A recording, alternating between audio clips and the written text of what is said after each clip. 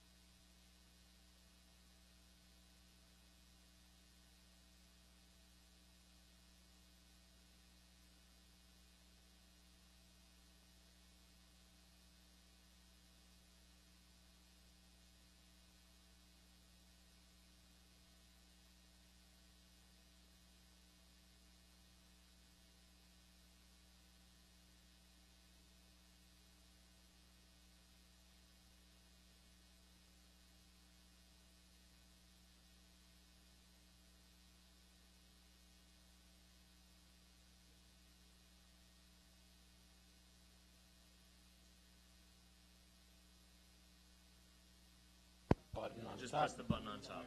No, you got to slide it. Yeah, yeah. Yep. Right. Okay. Yeah, yeah.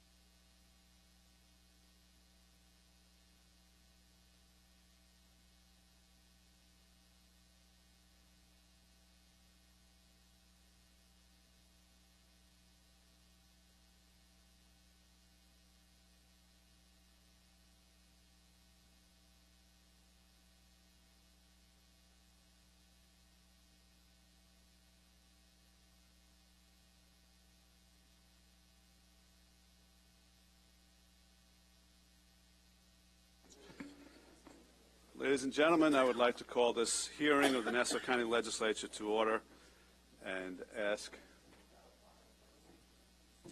Legislator Josh Lafazan to lead us in the Pledge of Allegiance.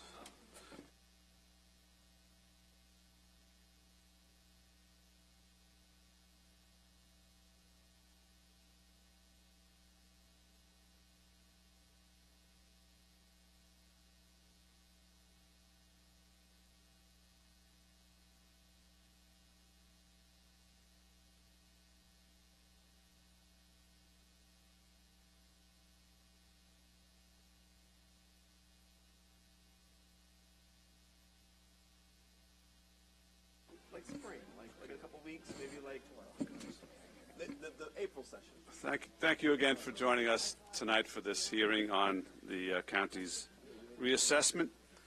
I do not have an opening statement you'll be happy to hear, so we will get right to the testimony and also right to the questions that the public may have after the legislature has an opportunity to delve further into the presentation. I would just say to Mr. Moog that if you need to take a break at any time, or if you do need to leave at any time, just let us know. Thank you for that consideration. All right. And do you have a presentation for us tonight? Yes, I'm just waiting for my general counsel. He'll be running the computer. I think I see Oh, he's him. here. Start without him. My right-hand man. Your phone went off twice. Turn it off. Sorry, thank you. So, okay. Good evening. I am Nassau County Assessor David Moog. As you know, in January 2019, Nassau County completed the first countywide property reassessment in nearly a decade. This was a necessary step to fix the county's broken and corrupted assessment system, which had one half of taxpayers unfairly subsidized and the other half costing the county and its taxpayers millions of dollars in annual debt payments. After 8 years of a paralyzed and broken system under the Mangano administration, we are now our second year producing more accurate and up-to-date property values utilizing the most current real estate data and technology available. Last week, the foremost renowned appraisal expert in the country, Robert J. Gladymans, provided an analysis of our latest assessment roll published on January 2nd, 2020. His conclusion: Nassau County significantly improved property assessments and is now one of the most accurate large assessing jurisdictions in New York State and one of the more accurate assessment rolls in the country. We are confident in our work. No longer are half the taxpayers unfairly overpaying to subsidize the other half of taxpayers. However, while we continue to restore accuracy and integrity in the assessment system, County Executive Laura Curran is determined to protect taxpayers in the process and smooth out any changes in taxes due to the reassessment with a taxpayer protection plan. The taxpayer protection plan is a property tax exemption that will phase in increases in the property's market value due to the reassessment over 5 years. County Executive Curran's Taxpayer Protection Plan will protect property owners from immediate and full increases in their October 2020 and January 2021 tax bills. Without passing the plan, half of Nassau's homeowners will see an immediate and full increase in taxes. This is a fact. And those property owners whose taxes will go down slower under the plan wouldn't be getting a tax decrease at all if not for the reassessment. The taxes would continue to go up while they would continue to overpay and subsidize property owners that grieve. This is a fact. This is the only option to protect our residents. There's no massive bailout coming from New York State that can fix this overnight and allow for property owners to get their full tax decreases immediately. We don't expect Albany to pay for the decade of damage that the prior administration caused in Nassau's assessment system. But County Executive Curran has secured the authorization for a phase-in plan from the state almost a year ago. The final step is for the plan to be approved locally by the Nassau legislature. Now that the county executive and the state legislators have delivered on the Nassau's taxpayers, Nassau's taxpayers, we ask that the Republican majority in the legislature deliver for our residents. The property taxes in Nassau County are high. We hear it from our community as we travel around the county, meeting with hundreds of homeowners for our assessment information sessions. We ask that this legislative body to finally call for the vote and pass for this vital legislation and finally give taxpayers peace of mind. I need to address the comment that they have plenty of time to get the taxpayer protection plan into tax bills. Implementing the phase-in plan effectively and accurately for 380,000 individual parcels as well as producing tax warrants on time is an enormous and complex process that will take months to complete and properly vet. Let me give you an overview. By April 1st, we need to start writing thousands of lines of code for an antiquated 20-year-old system called ADAPT to adopt the new phase-in exemption. The data on 380,000 properties need to be loaded into the system and phased in, and the phase-in exemptions need to be calculated and applied to each property. In addition, over 330,000 other exemptions need to be accurately applied to particular properties. These coded changes need to be rigorously tested and vetted. We estimate that this process will take 8 weeks, bringing us to the end of May. Each receiver of taxes have their own computer systems that are separate and apart from the county's ADAPT system. As much notice as possible must be given to the receivers to ensure that they make any and all necessary adjustments to their programming to accommodate the new phase-in exemption. By the beginning of June, we hope to start receiving the school tax levies for the county's 54 school districts. Incorporating these individual levies into tax warrants typically takes the accounting division another 8 weeks. That leaves just August to ensure that all exemptions and school taxes are accurately applied to each property. In September, the county then creates and vets taxes and finalizes the tax warrants. Employees take vacations, and we need to be very conscious of any emerging coronavirus outbreak. Please do not delay approval any longer. We ask that you call this legislation to a vote on Monday. It's absolutely critical that we have the time and resources to review every aspect of this complex process. Commercial property owners already have a 5-year phase-in of the assessment increases. Nassau's residential property owners would receive the same protection for 2020-21 increases with the passage of the Taxpayer Protection Plan. This is how we protect property owners while we continue the substantial progress we've made in restoring fairness and accuracy to a broken and unfair property assessment system. I'd like to now go to a brief PowerPoint that lays out exactly how the Taxpayer Protection Plan works.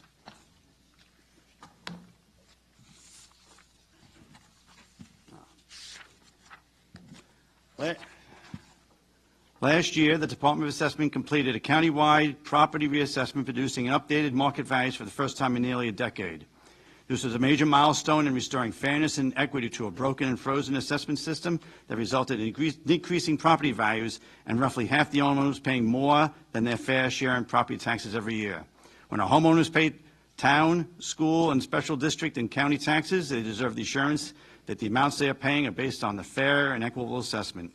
Confirmed by the multiple independent experts, our reassessment fixed the wide disparity among home values and inaccuracies and unfair shift in taxes. Nassau's broken assessment system is caused by frozen property values. How would you like to sell your houses for this? And it's an example of 4 properties, one in Jericho, one in Rockville Center, one in Uniondale, and one in Westbury. And as you can see, in 2018, the values were grossly undervalued from the actual sale prices that would be occurring in those neighborhoods. So it's one of those examples where we just see the property values would never be $261,000 in Uniondale for a property of that size, or $290,000 in Westbury. It was unrealistic values placed on properties that resulted in frozen values over years. The broken assessment system resulted in mass grievances, unfair shift to taxes. Property values were not being updated. The Assessment Review Commission, the grievance office, used a different level of assessment than the Department of Assessment's frozen LOA. The LOA is a uniform fraction of your property's market value used to calculate your assessment. The different levels guaranteed mass grievance settlements and decreased in home values. The example we show here is a home that was valued for $486,000 in 2009 was continually settled at the Assessment Review Commission. And we all know that the recession hit in 2008, 2009, and values were going down. So you see 471 was probably a legitimate value, and so was 392, 800. But the market sort of flattened out, and the market value kept being decreased by the Assessment Review Commission because the level of assessment being used by ARC also decreased to 0.24, and then 0.22, and then 0.20, and the value kept decreasing to 294, then 259, then 246, 0.18, 232 to 400 in 2017, 218, and finally 2019, when the last year the frozen roll was down to 205,200, and the Assessment Review Commission was using a 0.15 level assessment, while Department of Assessment still used 0.25. So this is the example of how it was the erosion of the tax roll every single year through the grievance process.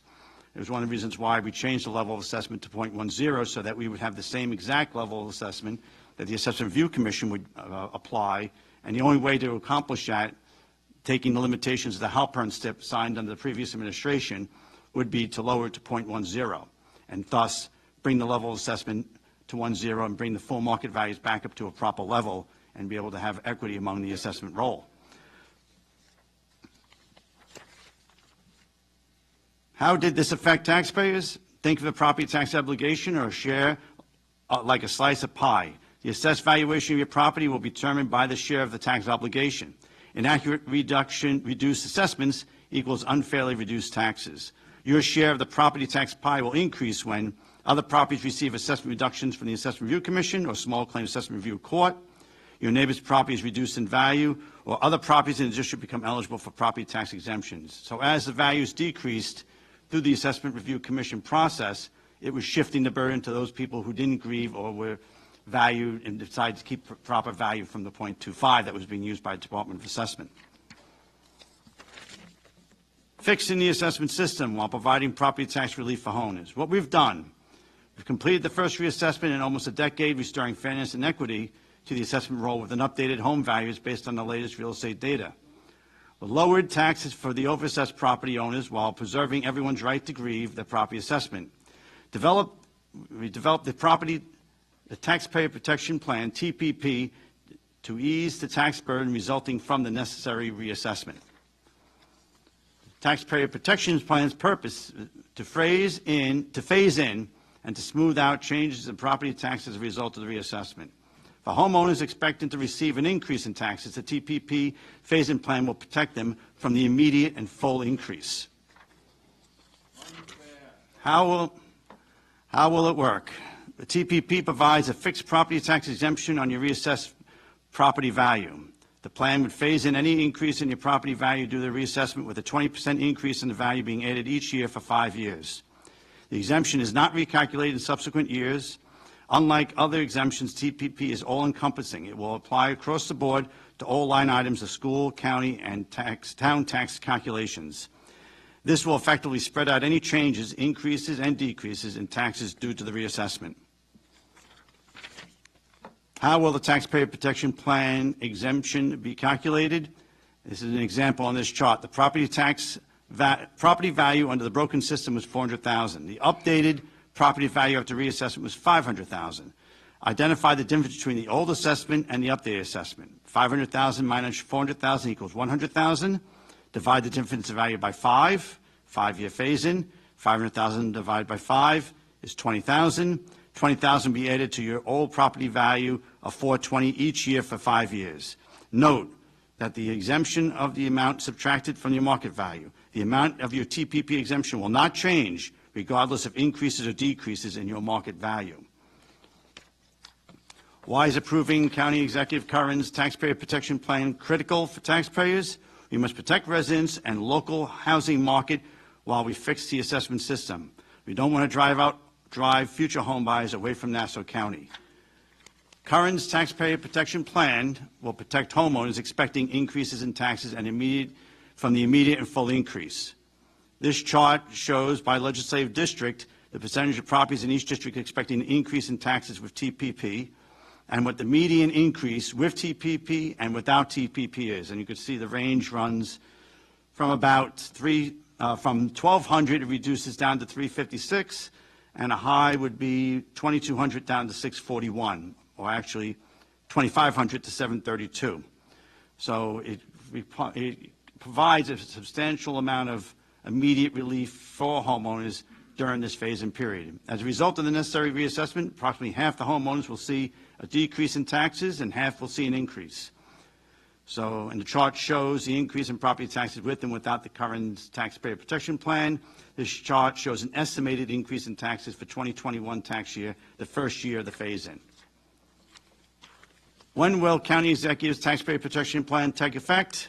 Although the phase-in plan has been authorized by New York State, it must be passed by Nassau County Legislature and be implemented. If approved, the County Legislature, the TPP will be effective for 2020-2021 school and general tax bills. Homeowners will see the effect of TPP in their school tax bill in October 2020 and the general tax bill in January 2021. Residents are strongly encouraged to review the updated taxpayer protection plan statements available for every homeowner on mynassauproperty.com. Question, why are these new taxpayer protection plan statements being changed from the prior statements? The answer is statements have been updated with the latest and most accurate information possible, including the latest school district tax levies for 2019-20 tax year, which account for a large majority of the property tax bill, the latest county, town, special district tax levies, and successful grievances and eligible for tax exemption and other ever-changing variables.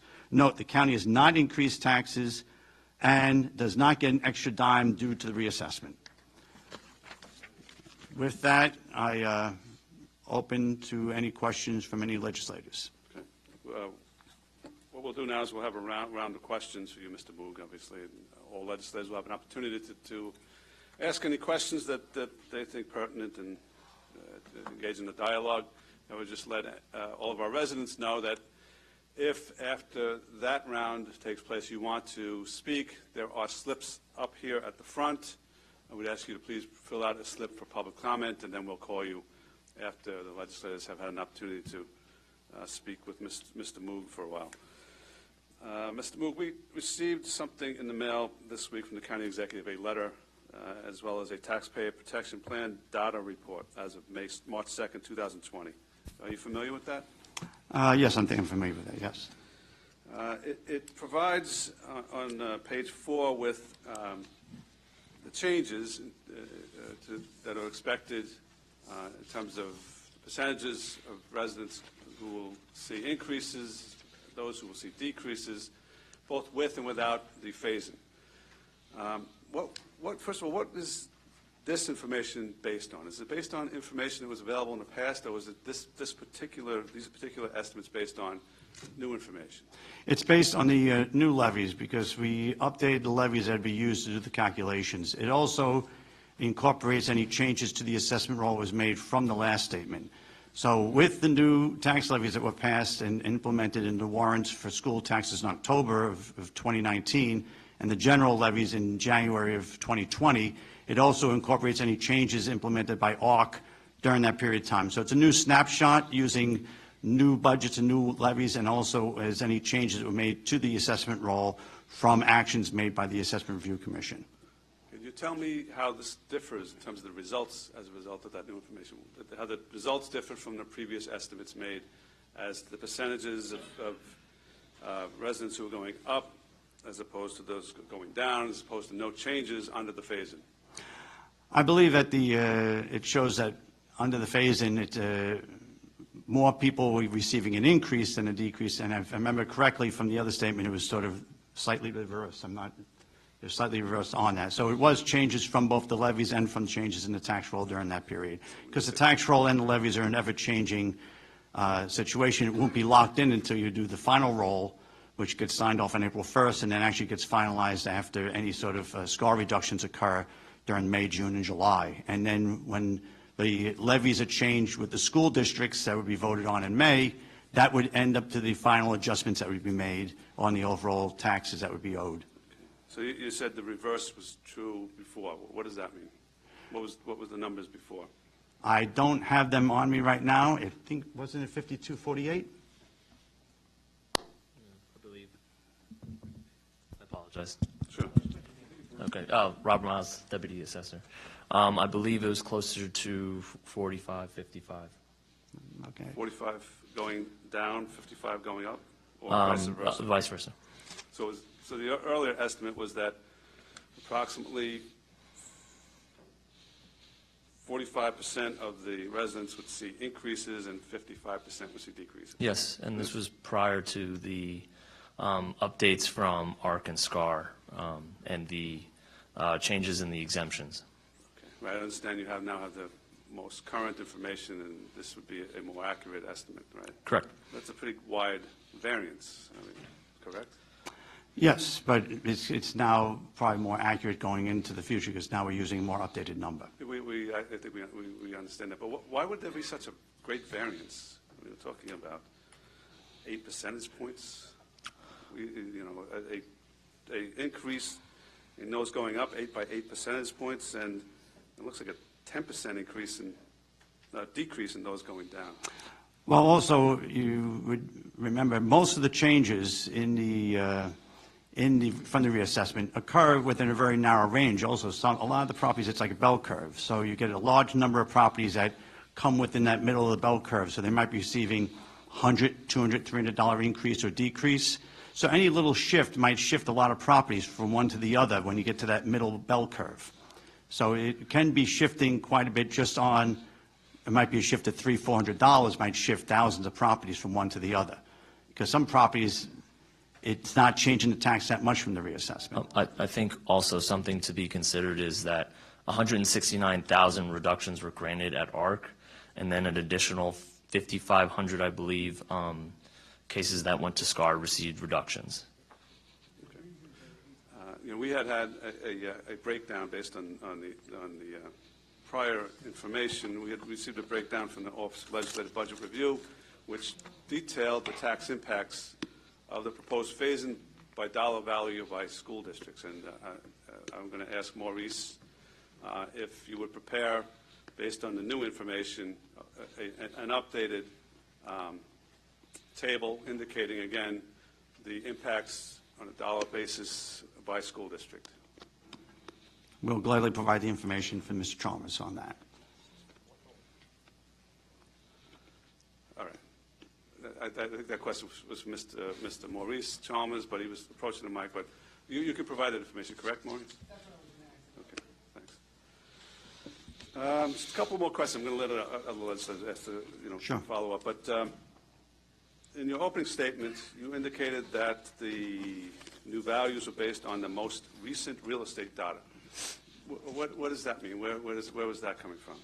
For the 21-22 roll, you mean? Yes. Yes, that came from the office decided to take a look at the sales for one full year and apply that sales to create sales ratios for all the different school districts. From the school districts, we got trends that we'd be providing those trends to each of the school districts. In addition to that, we decided to load in all the ARC reductions that occurred as of December 15th and trend up from that value. We removed from that sample also any properties that had physical changes, any new construction of things of that nature. And also we decided to take a look at the high-value properties and look at the high-value properties as a handwork, or looked at them individually using comparable income and expenses.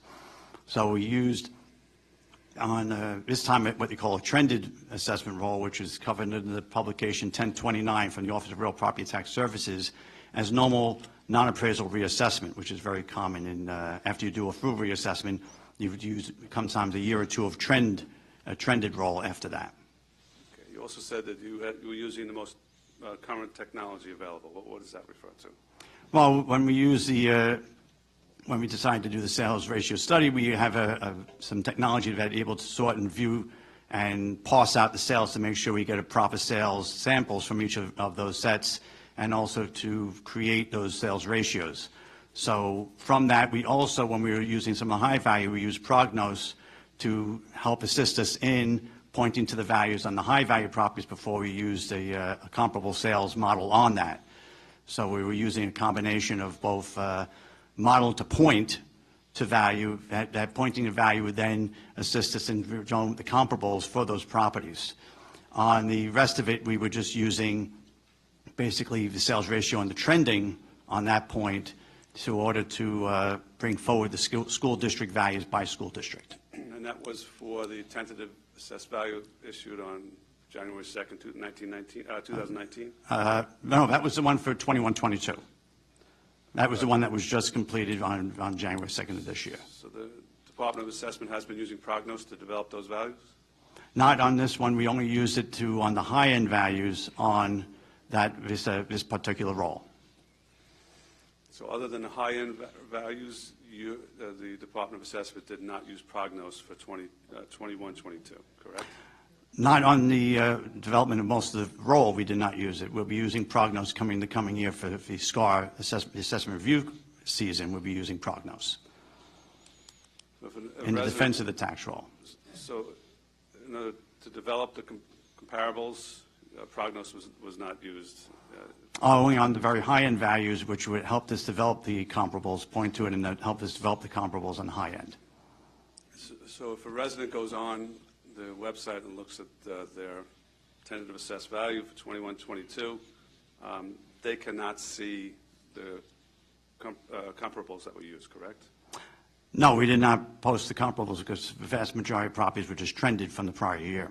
Okay. So you are going to use Prognos for the SCAR hearings, correct? That is correct. We'd be unable to handle the SCAR season this year without Prognos. With Prognos, we could handle up to probably 100,000 cases if need be using the Prognos system. We would not be able to do that without Prognos. So how is it fair for a resident who wants to know how their assessed value was determined if Prognos was not used to develop the number and they can't see what the comparables were on the website, but when they challenge their assessment, and it eventually goes to a SCAR hearing, the county is then using Prognos to develop comparables. How is that fair to a resident? When the resident goes to SCAR, they've already gone and exhausted their administrative remedies at the Assessment Review Commission, which they provided comparables for that case. The Arrow system has the comparables for any homeowner to provide the comparables and make their adjustments. The Prognos system, for our purposes, giving us comparables, give us the comparables and the adjustments we use for the judicial review process in SCAR. So it's that we have our defenses when we are adjudicating a property, just like a lawyer would have their own defenses, and the homeowner still has access to the full set of comparable sales that were provided through the Arrow system, which they probably used in the Assessment Review Commission or that their representative used.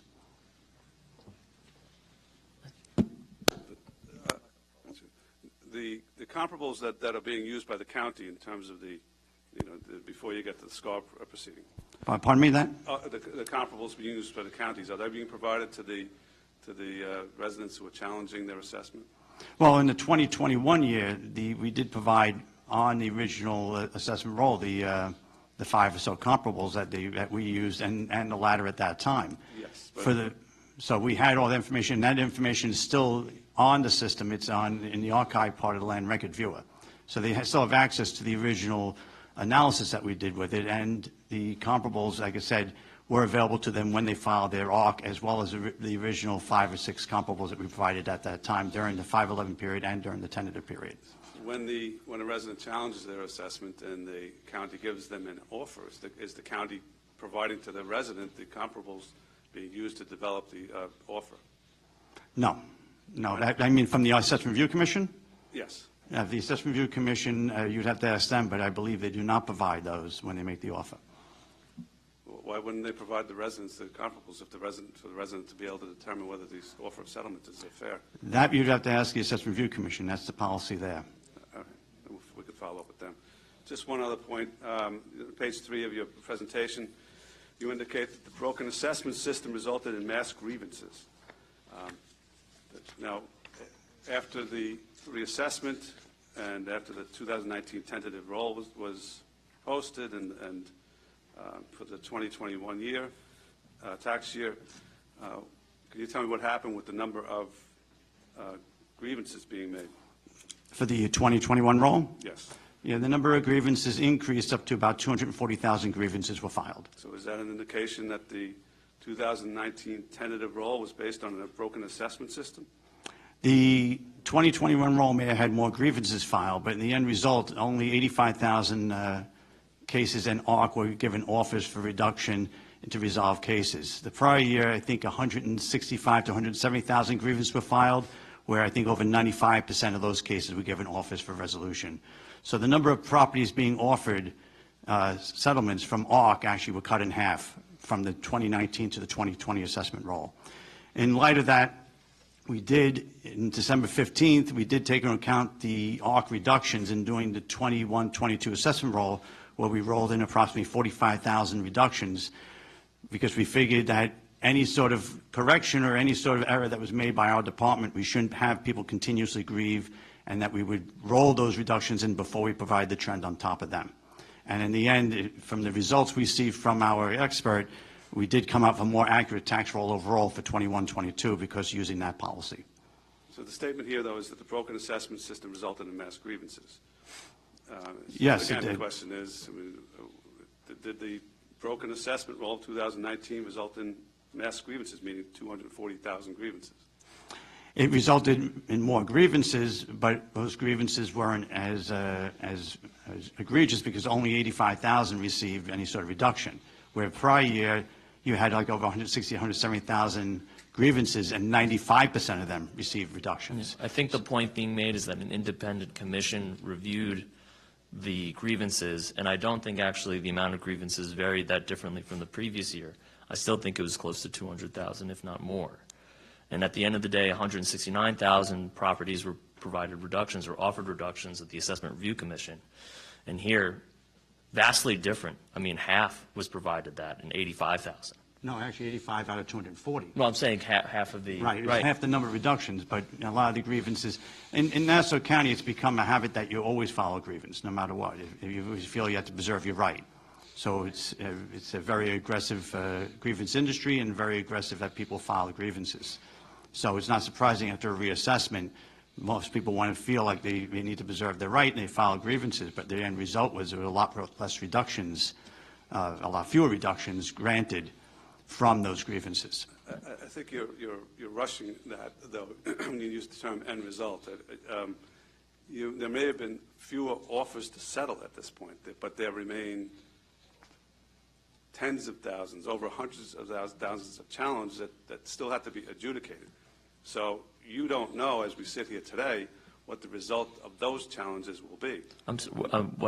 What cases are being adjudicated? I believe the final offers are coming out this week, if not they already did. But The SCAR, we won't know. But we are speculating. I don't know where the tens of thousands are. We don't know what the numbers are. But you won't know until the results of SCAR whether or not those mass grievances were Correct. successful, and Correct. to what extent. So That is to make true. the We point won't know that- until they- to until the end. make the point that we are improved because fewer cases are settled at this point is not an accurate statement to make. You can't make a judgment until we finally determine what all those rest of those cases that go to SCAR are resolved, correct? And we do believe we'll have a much larger degree of success at SCAR this year, because the assessment roll itself, from outside experts, have been viewed as a much more accurate assessment roll. Okay. All right, that's all I have for now. Anyone else have any questions? Legislator Ferretti? Good evening, gentlemen. How Good are evening. Good evening. you? I have a couple different topics I want to touch on. We first spoke about, you first mentioned prognos, and I guess one question, just hearing the dialogue between the presiding officer and you, Mr. Moog, is why aren't we using it for the 21-22 roll, for those lower, not the high-end properties? We looked at the accuracy of the prior assessment roll, and we decided to, which is a very common practice, use what they call a trended roll, which is covered under publication 1029 of the Office of Real Property Tax Services. From that, we decided that the major driver of value in the county is where school districts where people want to live, is basically decide how much they pay by school district. So since we had sufficient number of sales over the past year to look at the sales ratios per school district, and we looked at how tight the ranges were, we decided to implement on a trend. From that, like I said, we incorporated the ARC reductions into that, and also removed from that any ones with physical changes. We made those assumptions and those judgments based on the guidance of 1029 and of the Office of Real Property Tax Services. And from that, we actually came up with a tax roll by the coefficient of dispersion of only 6.5. It's much more accurate than the prior year.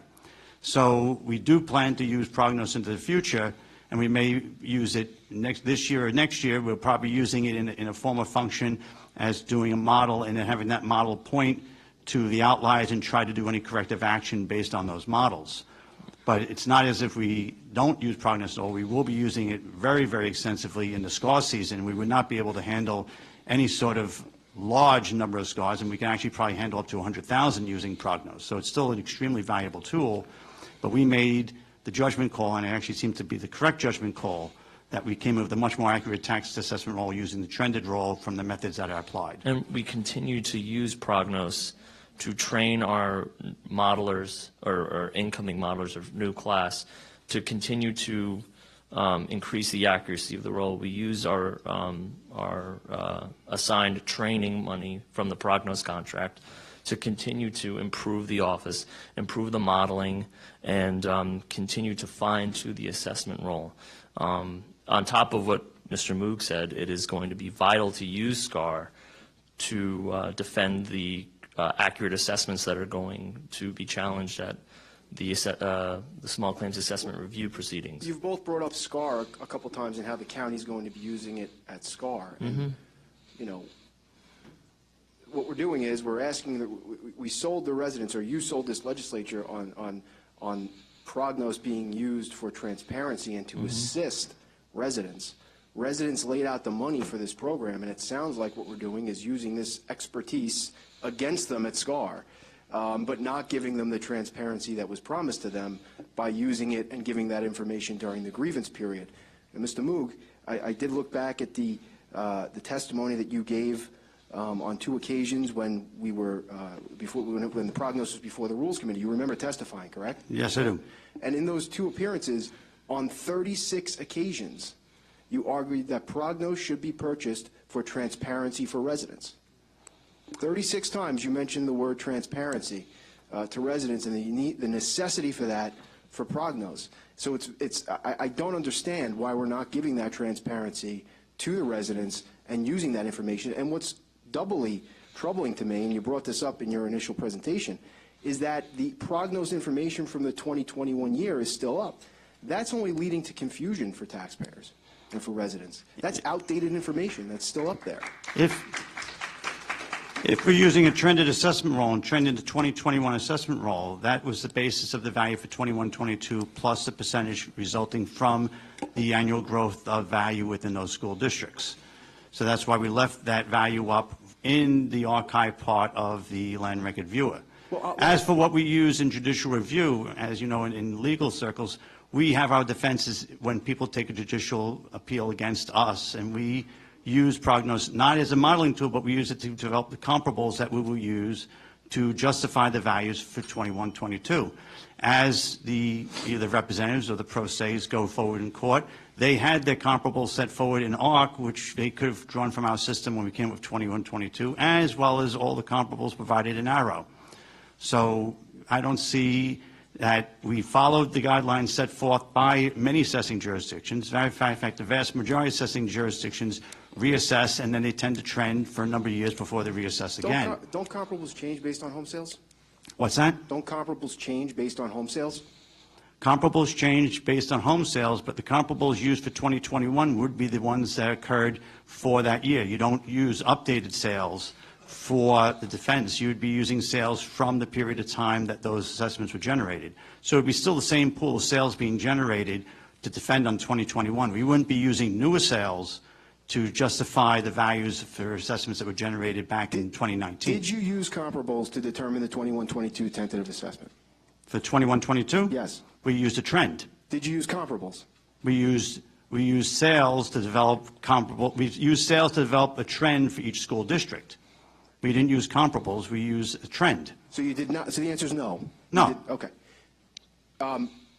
Who made the determination to use school district trends rather than comparables, as was done in 2021 for the 2021? That was my decision. Okay. And what was used to calculate those individual percentages allocated to each school district?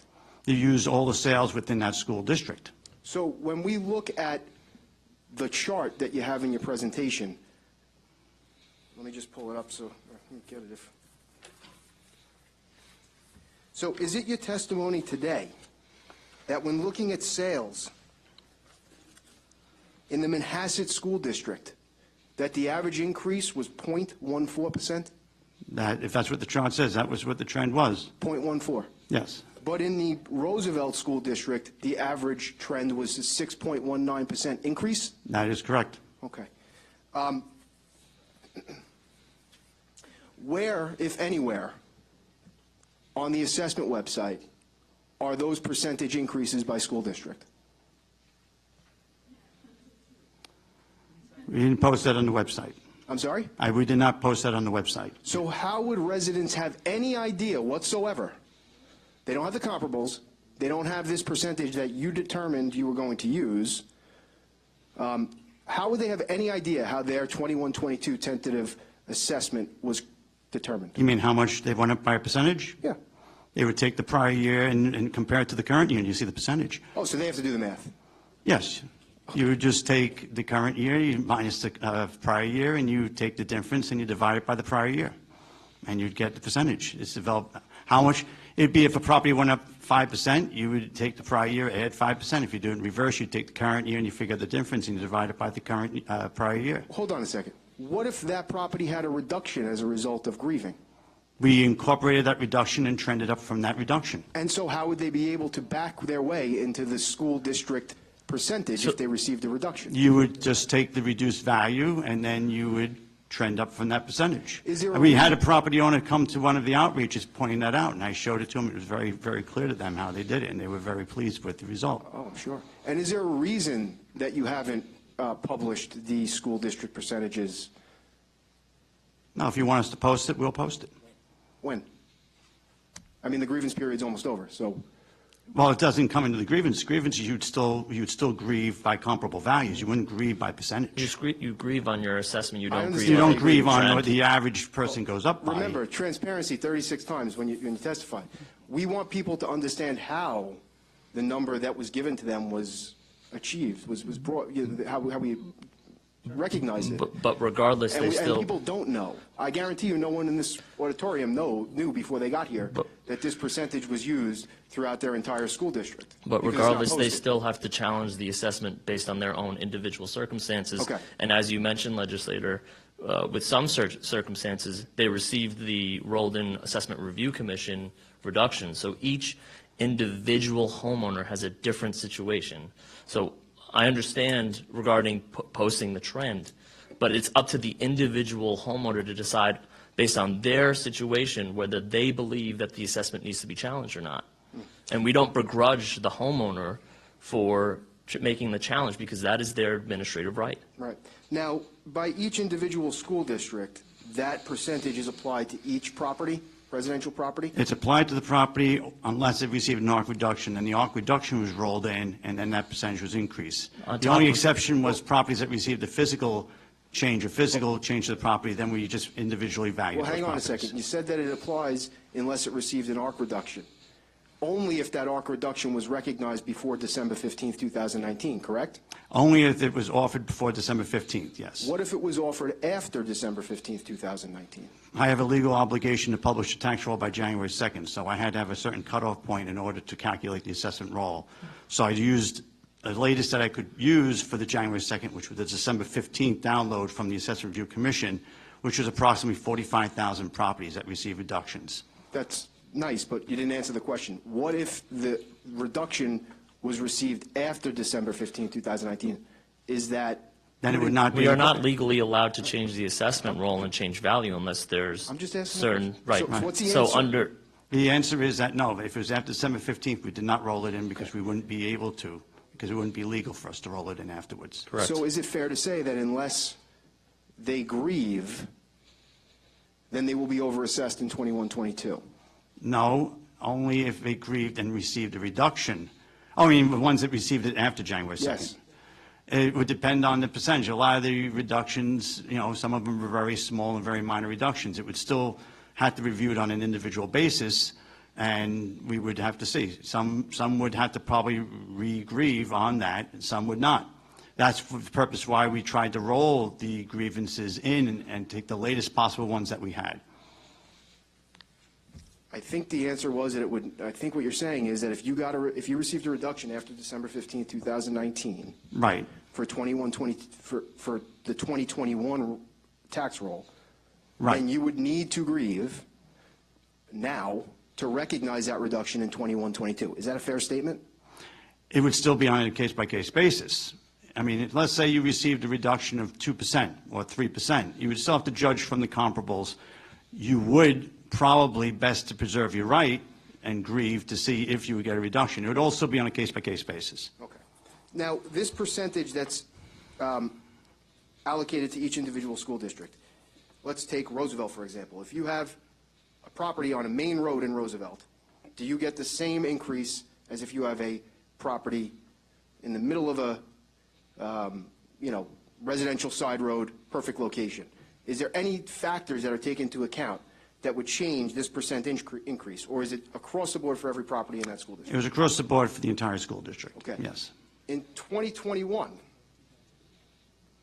the first year of the reassessment, Correct. were these school district factors used? It was one of the factors that was used as influence. There were many factors incorporated within the model. So it was a much more nuanced valuation process.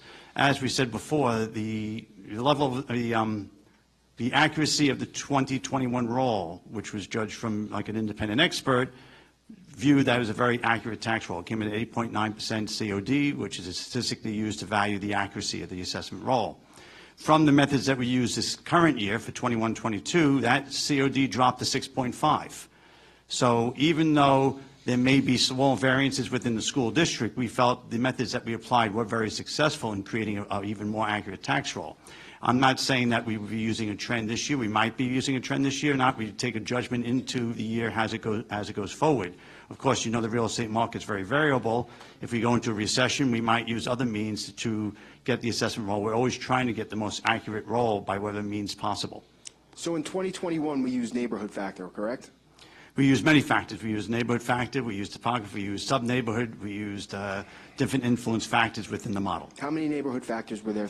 How many different neighborhoods were there throughout Nassau County with a different factor? I think they used over 300, And how many school districts are there in Nassau County? 56. So we had 347, I believe, different neighborhoods, and now we're going down to 56? Because one was using a model. When you use a model, you'd use many different variables. When you use a trend, you have to use enough properties within a geographic area to create a proper trend.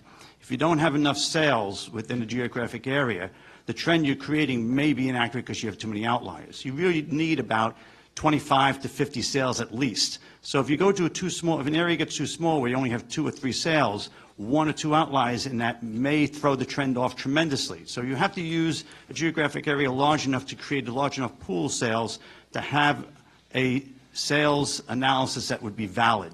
So school district, which we always believe is the major driver, creates enough sales within any school district in order to create a proper trend, and that's what was applied. It's not too different from the overall Nassau County value by an article in Newsday showed the values went up 2.9%. Our values overall went up about 2.5%. So it's not too far off from the analysis done by Newsday, which was looking at major real estate publications. And as you know, the values, even though they did go up throughout Nassau County, some areas did sort of flatline, and other ones went up more. Some of the areas that didn't go up quite as much, or actually went up very, very little, we think were adversely affected by the reduction in the SALT deduction, the state and local tax deduction by the federal government. So, and then other property areas did go up a little, did have more appreciation, and we believe that was from the lower mortgage rate. When you have mortgage rates drop so low, it usually helps lower and lower middle income areas because it enables people to actually afford homes and get into mortgages because the mortgage rates were so low. So there's 2 factors driving all through the real estate market in Nassau County was the low mortgage rates and the elimination of the SALT deduction. And if you look at the trends, not always, but they sort of bared out to that, where the higher end areas were more adversely affected by the elimination of SALT deductions, where the working class or lower income or working class areas were benefited more by the low mortgage rates.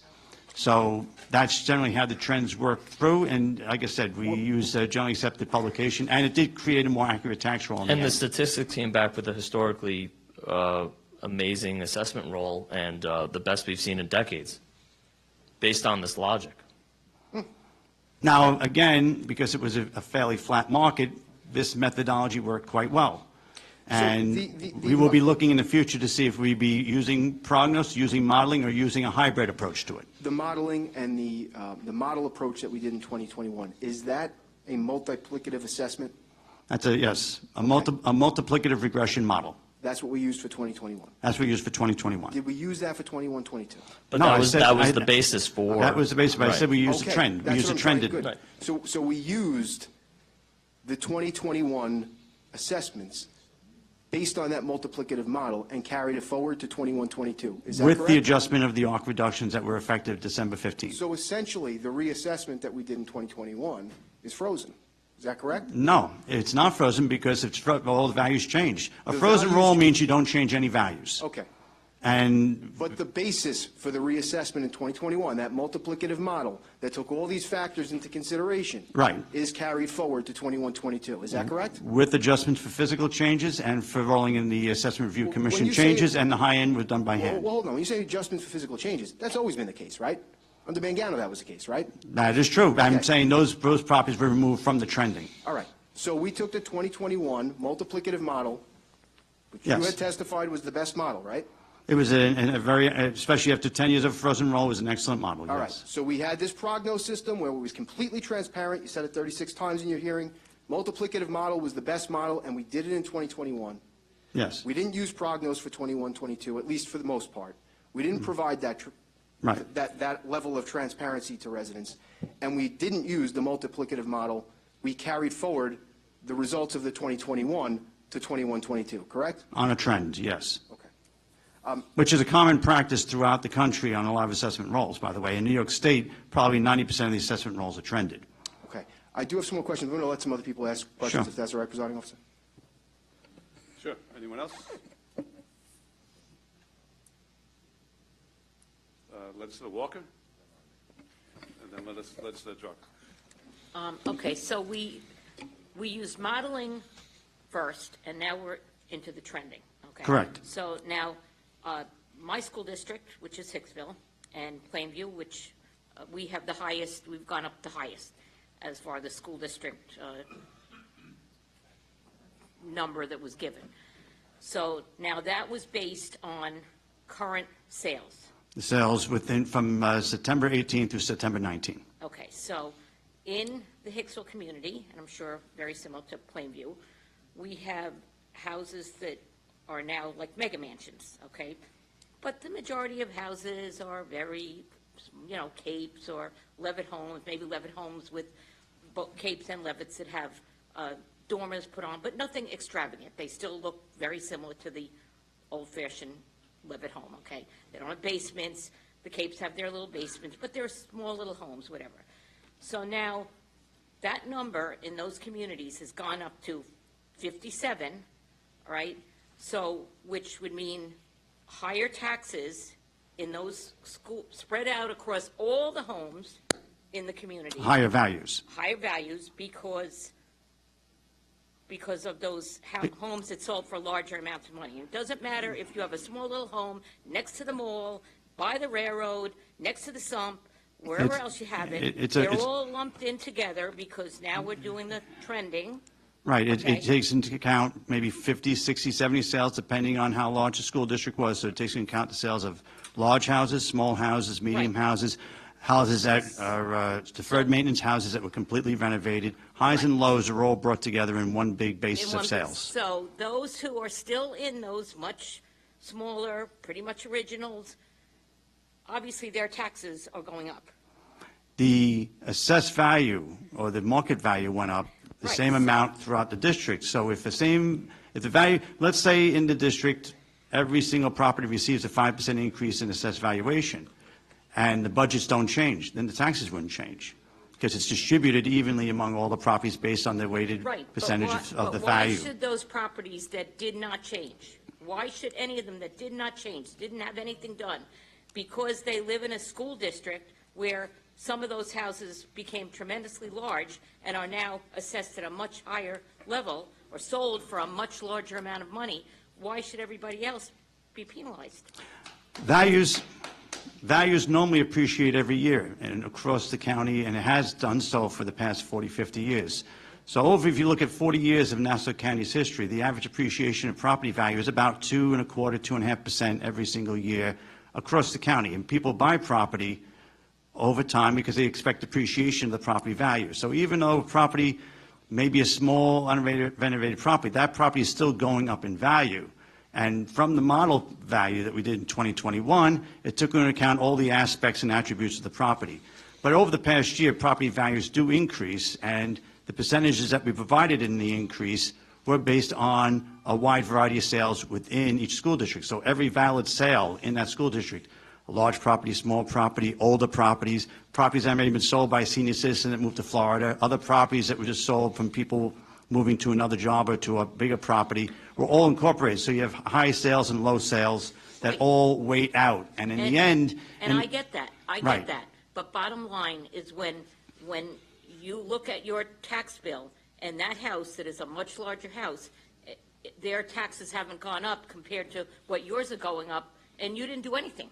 You have this original little house or small little house, and, you know, those who are in those particular areas where those numbers increased a lot are being hurt.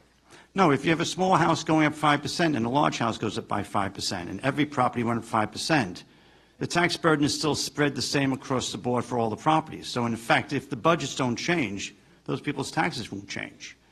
It's the same percentage across the board. If that's the case, why don't we throw out this whole system and just say, this is what everybody pays, doesn't matter, you're big, little, where you live, what, you know, what it's by, we should all just have the exact same.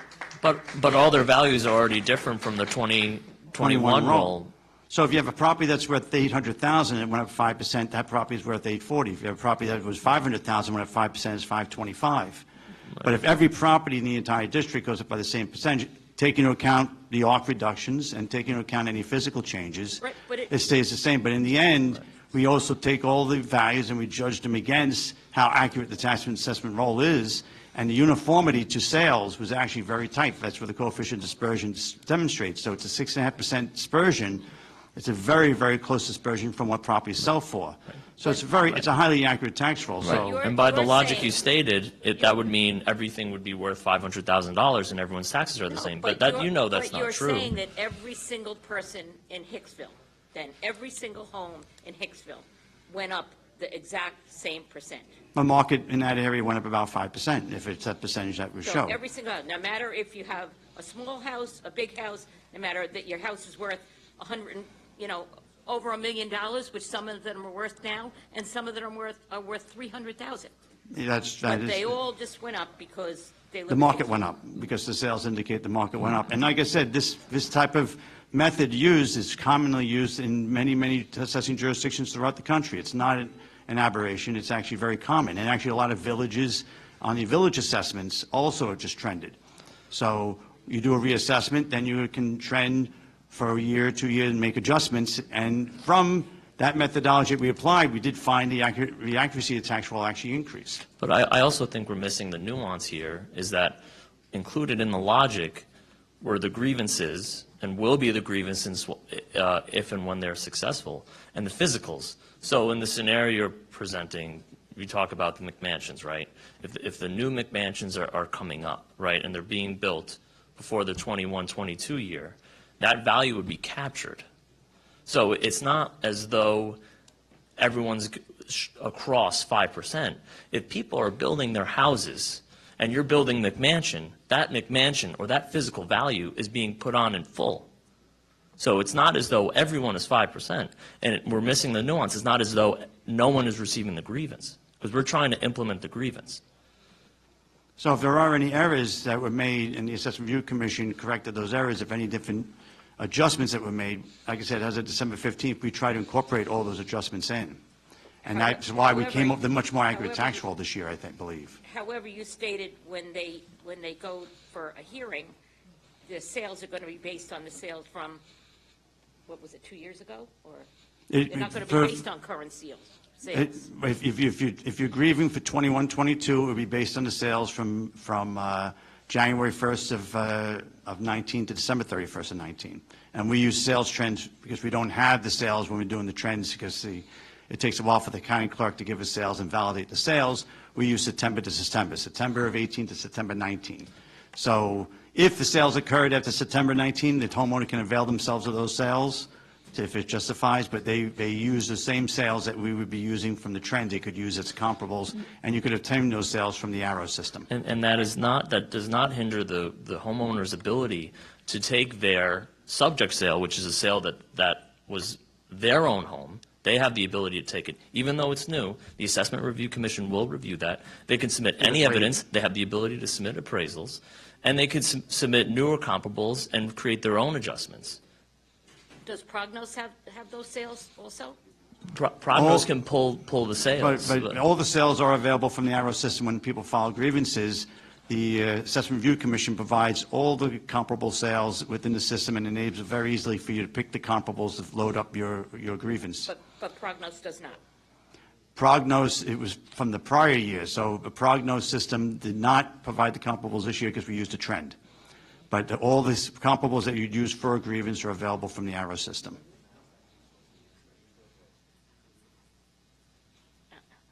Go ahead. It's going to be Legislator Drucker, then Legislator Ford. What I plan to do, if the legislators are not done by 9 o'clock, we're going to stop the legislators at that point and start bringing up some of the public comment, and then we can always resume afterwards with legislators' comments. But Legislator Drucker? Thank you, Presiding Officer. Just to expand on Legislator Walker's comments, since we both won the Booby Prize with the number of residents who are going to be expecting an increase. In her example of a typical, house that's, let's say, a Cape or whatever, a modest-sized house that's going to experience a 5%, let's say, increase, that 57%, those houses, even though, let's say, there's a house in her district or my district that's worth $1 million, and a house in my district or her district that's worth $500,000, the 57% is because that was the largest number of houses that grieved their taxes, too. So the modest-sized house in Hicksville or Plainview may be experiencing a 5% increase, but it's generated by the fact that these two particular districts experienced the largest number of successful grievers. Is that correct? Well, that would be if you're comparing taxes compared to a full market value. So the tax increases, yes, it would result in property values that were probably driven down in value over time through the grievance process. So you probably got a larger number of properties with an increase in taxes. The 5% trend, which is simply the sales ratio study done within the school district to create the trends on the sale for the assessments of the full market values for the 21-22 year. But you are correct in the reasoning why you had a larger number of increases, is because you probably had a larger number of grievances driving the values down over time. That were artificially at a reduced level. As you saw from the example that we gave from the PowerPoint presentation, properties that grieve continuously kept using the lower level of assessment that was granted them by the Assessment Review Commission, which, if I think it wasn't even made public until like 2017. They started publishing that you got a lower level of assessment. It wasn't even known by property owners until much later in that process. Now, you indicated that the margin of error in your assessment was, I think you said 6.5%? The coefficient of dispersion was 6.5%. It's in draft form now. The county attorney's been working with Robert Gladman's on that. So we would have to speak to the county attorney to release that report. But yes, it came out to 6.5%. How does that 6.5% compare to other jurisdictions who have undergone a tremendous reassessment like we have? Well, according to the International Association of Assessing Offices, which is the organization that sets these standards, and it's also by the Institute of Assessing Offices, which is a New York State organization, for an older, non-homogeneous area like Nassau County, usually the range of 5 to 15% on a coefficient of dispersions is acceptable. So in most older jurisdictions, usually the coefficient of dispersion, anytime you get under 10, you're getting very accurate.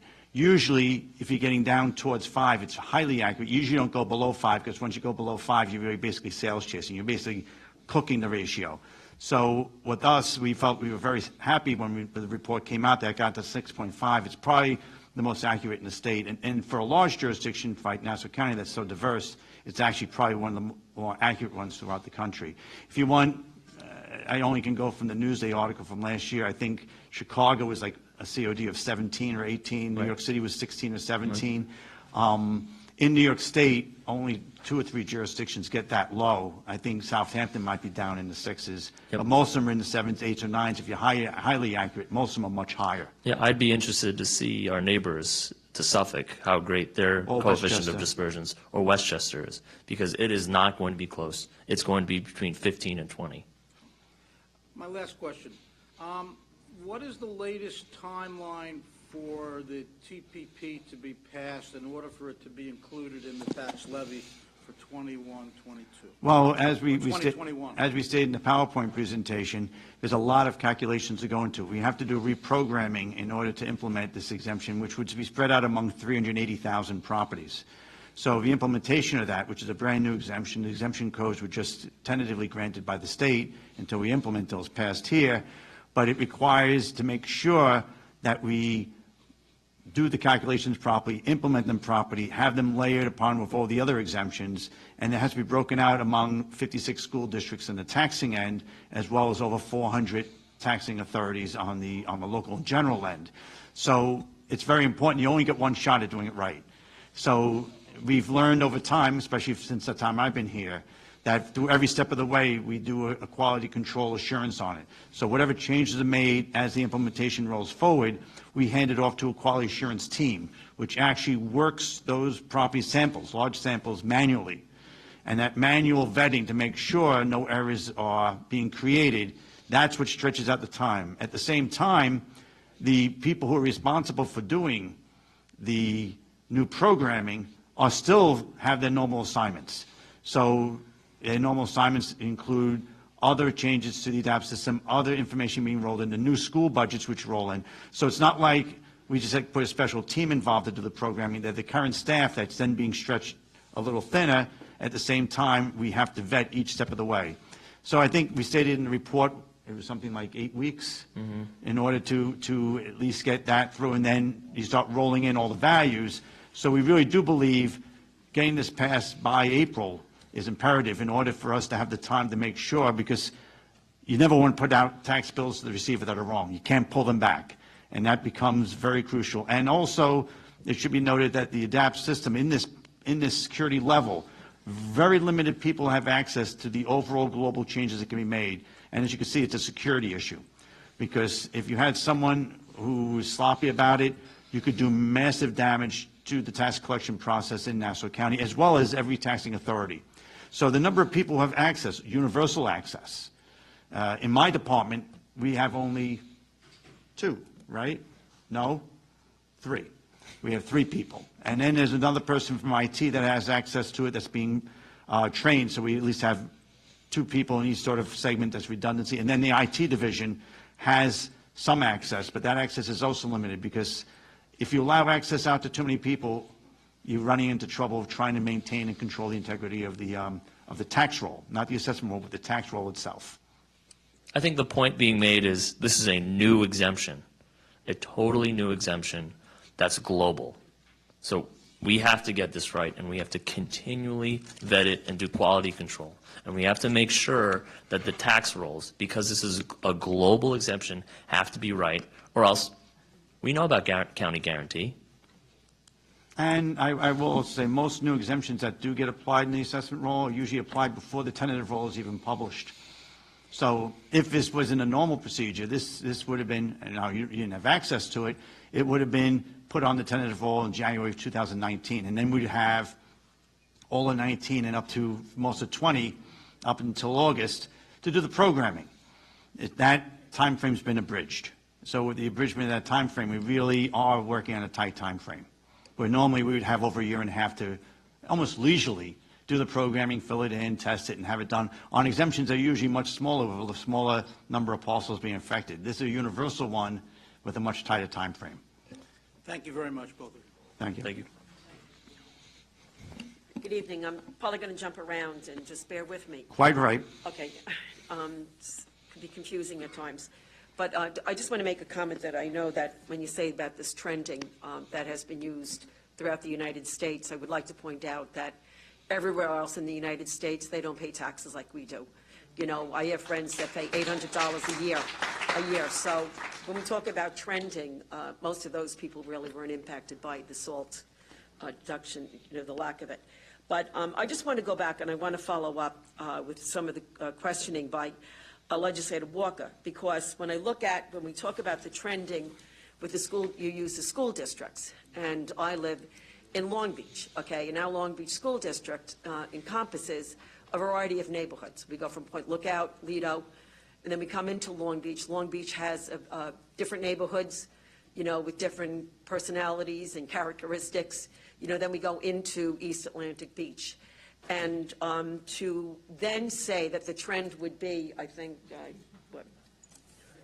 maybe 6% or whatever it is, however, 4.40%, I guess, right?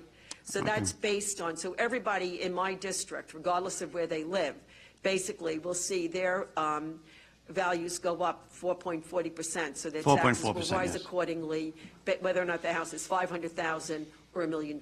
Am I correct? That is correct. So, and there is no consideration taken in to where the neighborhoods are. I mean, because it doesn't seem like when you talk about house sales, you're not going into each of the particular neighborhoods. Like if you wouldn't go into the West End and say, I live in the West End, and you did not look, you're not going into that neighborhood to say, well, 5 houses were sold, okay, and they were all sold for this amount of money. Their increases were like maybe only 3.30%, but you might go to Point Lookout where the houses are much more expensive.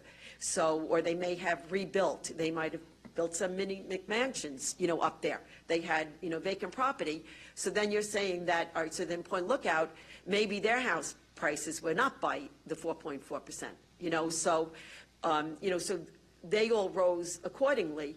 But because I may live in a neighborhood that you're not looking at the sales in my particular, you just looked at it, the whole school district. Am I correct? Can I just correct one Wait, statement? Just one. I was going to say, yes, we use the whole school district because when you do a sales ratio study, you create a trend. You have to have enough sales in order to make sure any outliers of sales don't overly influence the entire sales sample. So yes, we had to use school districts because if you create, let's say, a neighborhood trend and you looked at maybe 4 sales and one of those sales happened to be very high, let's say it showed a 12 or 13% increase. Right. And it would be really an outlier. It would be hard to adjust unless you get enough sales to smooth out the entire school district neighborhood. So that's why we use school district, because it provided enough sales within each sample to provide a reasonable sample to remove any sort of outliers that would be an undue influence. But what samples are you using? Are you actually comparing? My house is an older home, but maybe my neighbors down the block built a brand new home, and their house maybe they built it and they could sell it for $850,000. I may not be able to sell my house for $850,000 because my house is old. So how is it that I go up the same rate, same percentage as they do? Well, the original values, of course, were set by the 2021, which took into account those differences in neighborhood, differences of style, differences of condition. Overall, we're just looking at the overall how much the market increased, and we tried to, sometimes certain jurisdictions would say how much the county goes up, and they would raise the entire county 2.5%. But some other times we can actually nuance it, and we got it down to school district, but we couldn't get more granular because we wouldn't have enough sales sample on that basis. So overall, like I said, the results we came out with were actually very good results from our analysis. But yes, you looked across the entire school district, and it wouldn't be as nuanced neighborhood to neighborhood. It would only be school district to school district. But the new homes, remember the physicals, they go on in full.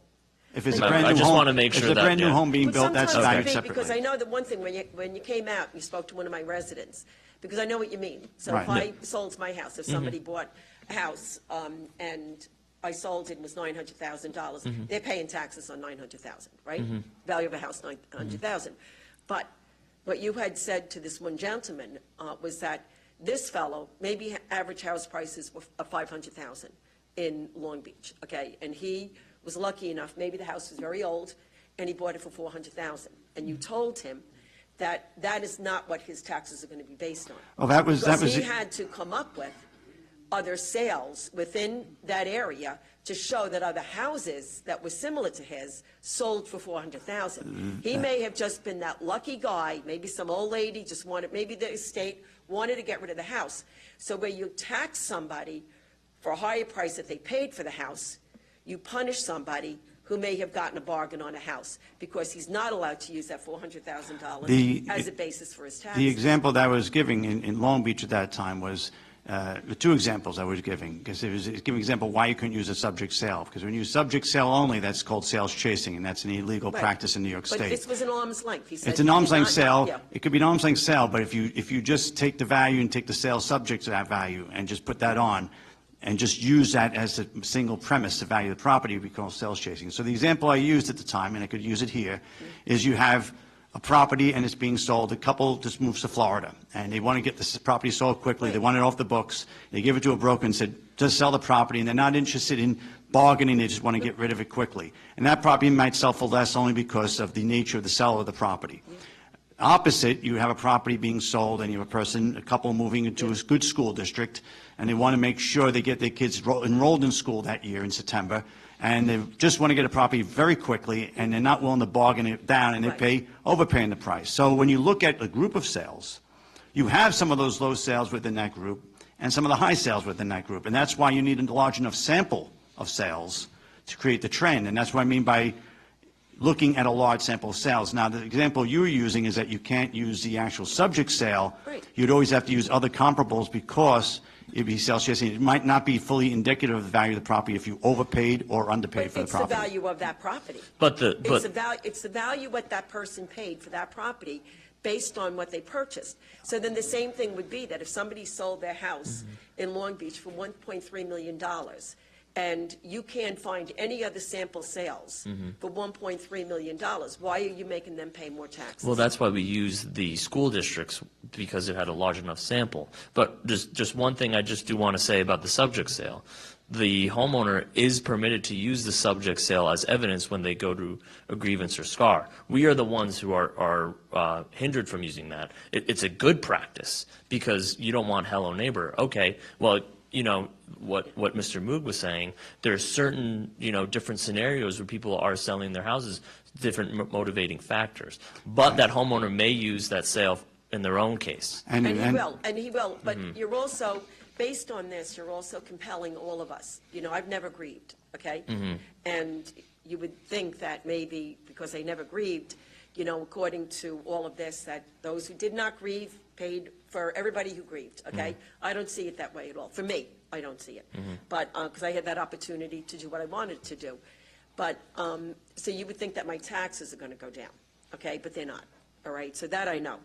But I think now, when I look at this and this trending and these variables and all these changes, that you're going to compel each and every single person to grieve their assessment because they don't know whether or not, with the trending values that you're using, why am I supposed to be paying the same amount when my house is older, when somebody else's house is much newer or much bigger, and they have more property? I live on a postage stamp property, okay?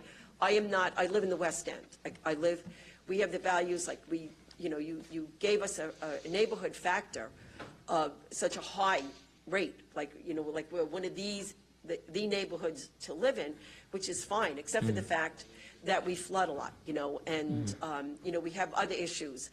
So maybe just because a lot of young people like to live there, it might be a gateway for them to be able to rent and then move to neighborhoods where they have backyards and stuff like that. But I feel that we're being unjustly assessed at a higher rate, because when I even look at the ladder reports and some of the parking issues, our garages and stuff that you're giving us, it's not equal as compared to other neighborhoods as well. But I just think that that's wrong. But with the 6.5 coefficient of dispersion, means we're getting very, very close to bullseye.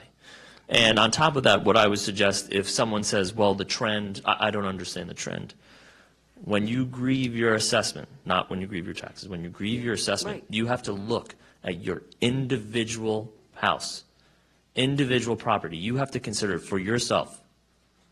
Right. That's the point of the grievance. And even when you grieve, because when you grieve your assessment, because when you look at the values and when you look at the market values and you add on to somebody's assessed value, are you assessing then that if somebody, do you take into consideration if I'm renovating my house, you're going to see the permits. I Yeah. have Right, permits. and- So then you're going to say, well, her house really should go up a little bit more because she has a. Oh, no, new kitchen. when you do a renovation, then we have an assessor go out, and those properties are not trended. Those properties are valued individually because those properties review, if it has substantial alterations, it's not the same property that was really on the roll in 2021. So we do an individual look at that property, take into account the differences that were made. We have a price to look at it, and we completely revalue those properties based on any physical changes that were occurring with those properties. So then the same would hold true for somebody if I was trended up where, the houses, two-family houses will go for, say, 800,000, okay? But my house is old, and I can't afford to renovate anything. I have an old kitchen, an old bathroom, and I realize you valued my house the same as a brand-new house. So then I have the right to grieve my assessment to say that my kitchen is old. So actually then, my assessed value probably, or market value, probably would go down about $100,000 or $150,000. Well, correct? if you grieved in 2021 and you had an offer in 2021, we rolled that reduction in. We were hoping that from people who grieved and received offer reductions, all those different nuances, all those individual pieces of information that would be provided at ARC were incorporated in that reduction, and then we trended up from that lower value. So that's what was one of the nuances that we did. What was one of the things that was missed, I think, in the prior administrations, I don't mean Mangano's, I mean back in Harvey Levinson's day, was he ignored what was coming out of ARC, and you had this ping-pong effect. Lowered, he raised it again. Lowered it, he raised it again.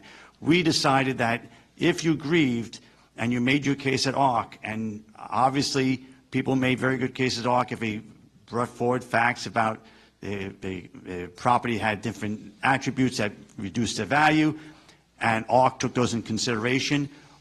Even though we might not have known what's ARC decisions on that, we respected ARC's decision and then trended from that lower value.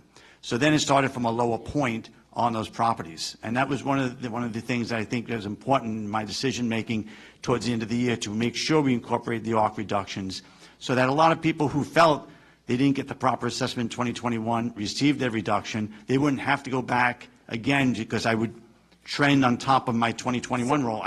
Even though it wasn't even accepted sometimes, we incorporated the offer of reduction into the assessment. All right, so if somebody grieves and their assessment is lowered, Right.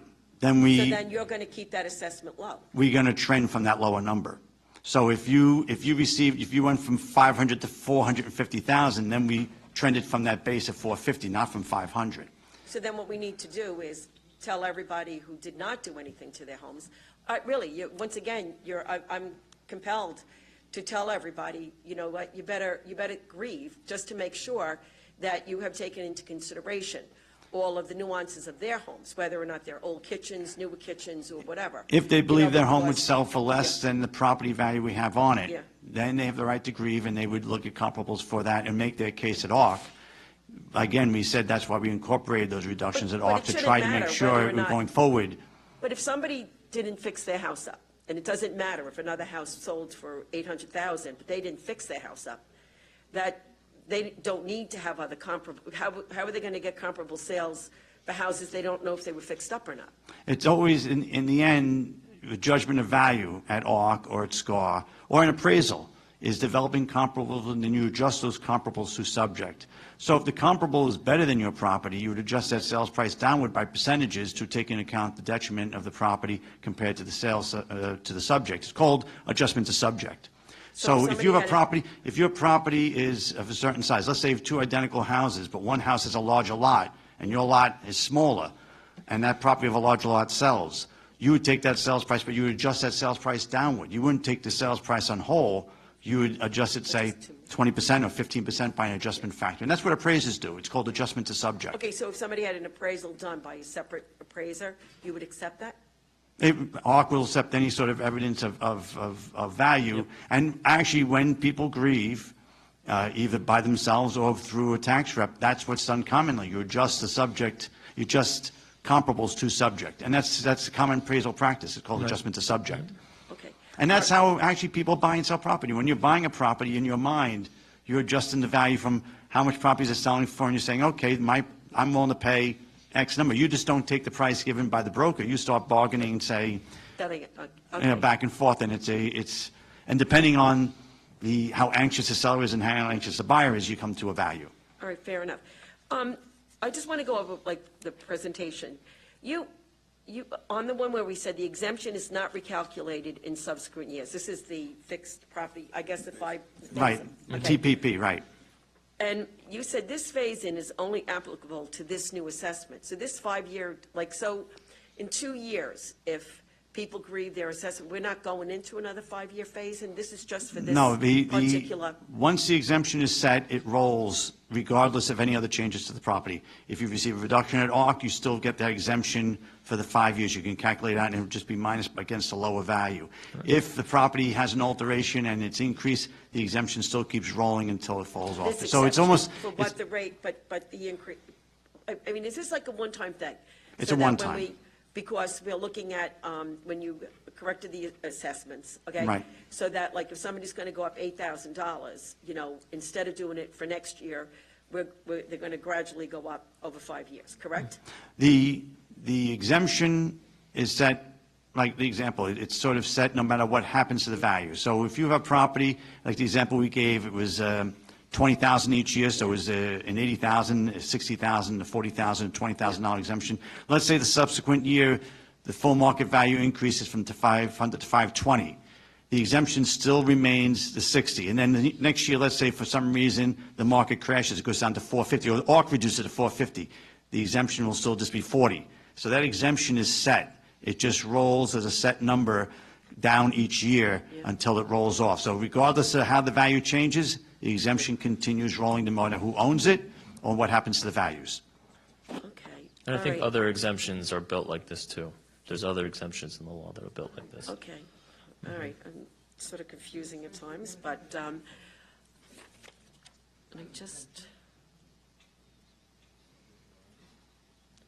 think that's it for now. Thank you. Before I go to the legislative road, Mr. Moog, just in your professional opinion, as an assessor, which is more accurate, trending or modeling? It depends on the dynamic of the year where the market values are changing, and it also depends on the accuracy of the prior roll, and it depends on the accuracy of the data that you're using. It's very common when you do a full reassessment like we did in 2021 for a jurisdiction then to possibly trend a year or two. A lot of villages in Nassau County will trend up to 5 years, some up to 10. I don't believe in a 10-year trend. I believe that you could trend 2-3 years and then go back to a reassessment. Actually, the recommendation in ORPS is to, if you do a reassessment, to at least do a reassessment every 5 years, and you could trend in between. I don't think that's, for a market as changing as Nassau, 5 years might be a long period of time, but it all depends on the accuracy of the prior roll. Modeling is usually applied when you haven't done a reassessment in a number of years. After an 8-year, 9-year period, modeling was absolutely appropriate because trending would not create an accurate assessment roll.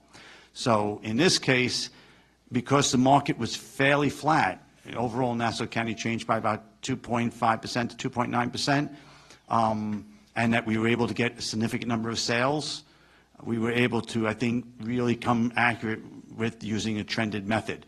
If, say, for example, the market stays fairly flat, trending might be appropriate, but I think I want to try to start applying modeling to catch the outliers, to point to properties, which is a common practice. We actually took some consultation from an expert upstate, which uses a model, and then from the model, you then point to 5 or 6 comparables, and then you look at outliers. So the model sort of guides you, it doesn't become the proxy, it becomes the guide. And there's 2 ways of doing it. You could have the model do the proxy, the actual model value is the model you use, or you use the model as a guide to then use 4 or 5 comparables to apply. So there's 2 ways to apply a model on that, and Prognos allows both. The Prognos contract or license, what it is called, is it based on, are we paying based on use, or are we paying a fee based on the time period that the license is in effect? It's based on the time frame, but it includes the other uses that we have for it, including SCAR. So we used Prognos to great extent last year for the tentative roll in 2019. This year we're not using it, but we're still paying. We didn't use it except for the high-end properties. So we're still paying for it, though. But we were using it for SCAR, and we wouldn't be able to do our SCAR season without it. I go back to Legislator Ferretti's transcript. I guarantee that representation before this legislature that the primary use for this, the primary use was for assessment purposes and not for assessment challenges. In fact, I think it was, if I remember correctly, it was massively downplayed, the use, because there was a concern that county would be stacking the deck by using it for assessment and using Prognos again when challenges were made. So I mean, that's different than what we understood. We passed this and we approved this contract and license that Prognos would be used on a regular basis on assessment, not shifted over to a trending in which it would be just used for SCAR. I mean, in the background, we are continuing to use it for modeling purposes. Right now, our staff is developing its own model so that in the future, we don't have to use an outside vendor at all to use the model. So we continue to develop our own models, and we continue to create our own comparable models, so that the goal of using Prognos was to wean off of outside vendors, and this contract is leading us, I think, in a very good direction, to be honest. And the modeling team we have in training now is actually an exceptionally good team of new people, Yeah. all of them young people, all of them very, very well educated, and they're learning into the modeling system. And we hope that at the end of the Prognos contract, that we won't need a contractor at all. It'll all be done in-house. Yep. Okay, Mr. Rhodes. Mr. Gaylor. Thank you, Presiding Officer. Thank you, Mr. Rhodes. Promise to be brief. Good evening, Mr. Moog. Good evening.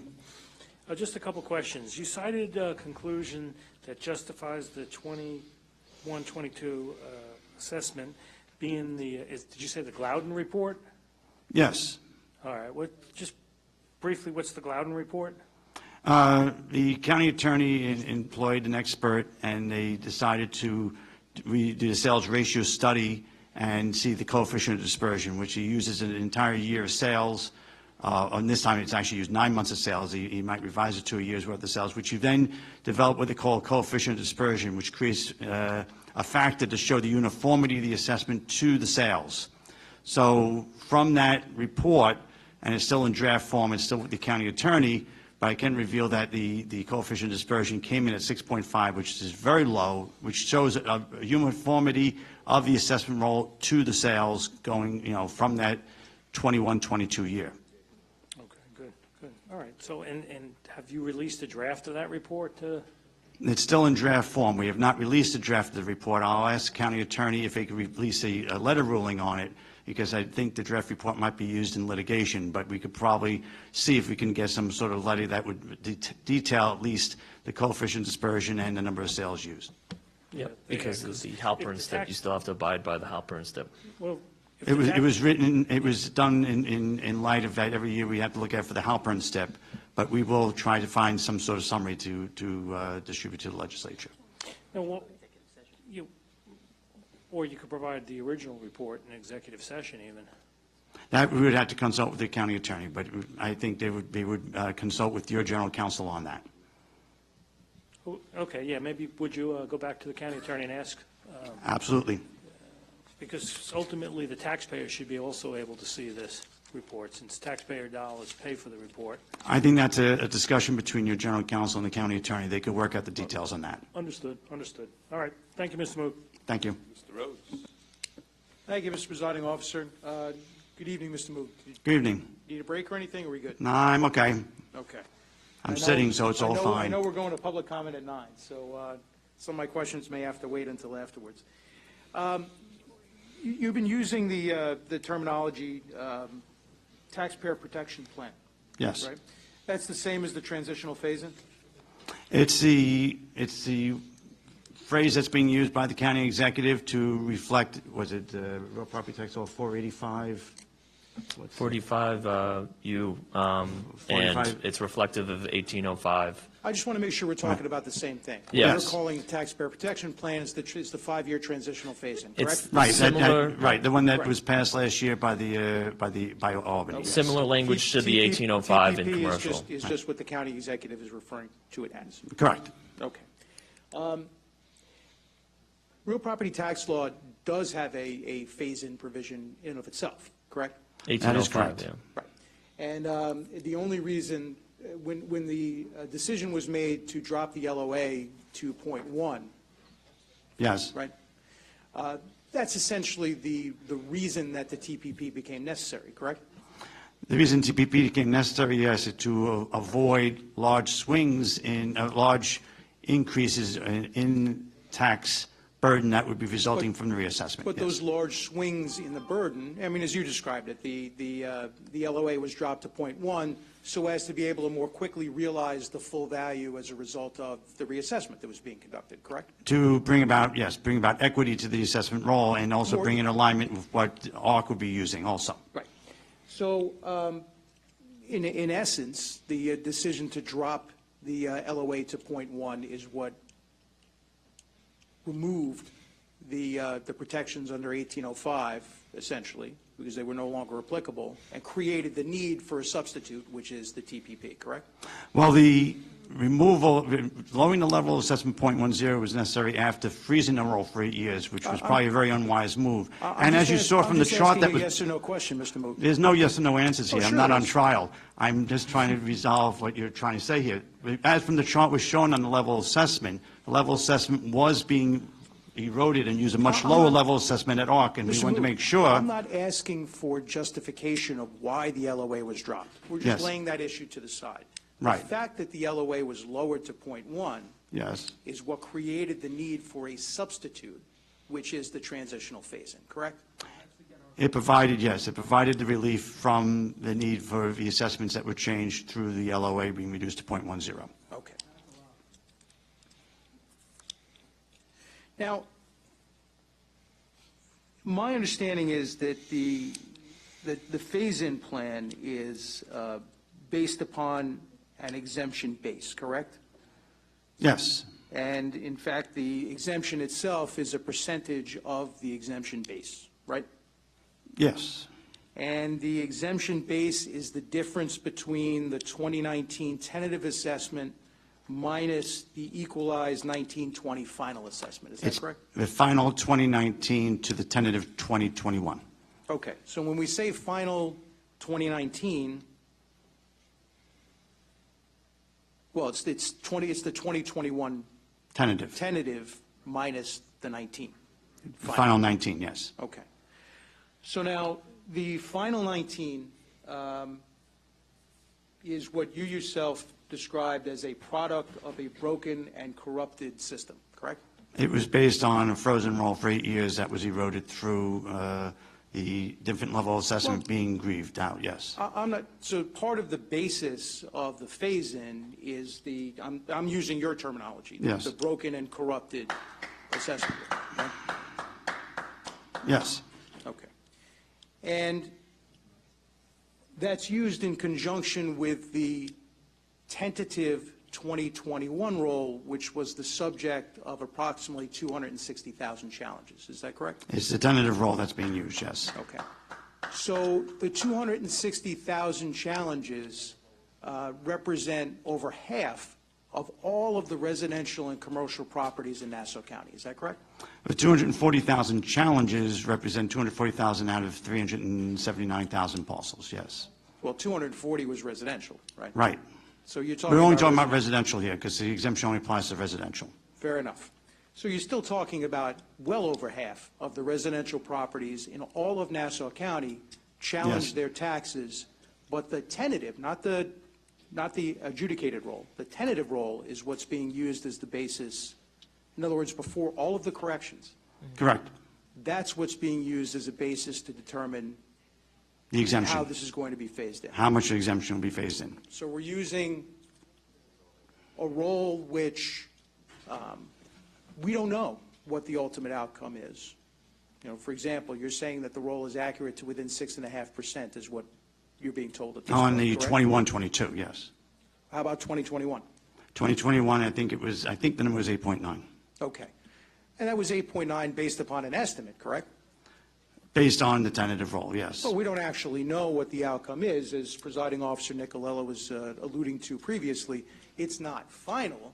No, it's not. Until you actually go through the SCAR process, correct? That is, yes, the completion of the SCAR process. So ultimately, what comes out of the SCAR process is what will really determine how accurate that roll is, correct? If you do a full study on it, you would find out from the SCAR process, if it was a more accurate roll or not. It may result that the courts made decisions that made the roll less accurate, but that's out of my hands. Well, aren't the courts supposed to be the ultimate arbiter as to what is or isn't accurate? No, they will judge, but it doesn't mean if they use faulty judgment, it might lead to a less accurate roll. That happens quite frequently if the courts don't do their job diligently. So it's, okay, so if the roll is inaccurate now, it's the court's fault. That's correct. Good to know. That's the result of the process. So you're right, even if the courts who are supposed to determine whether you're right or wrong say you're wrong. I'm saying if the courts don't do their job properly, you can end up with a tax roll that's less accurate. Would it be a fair system if you as the assessor were the judge and jury?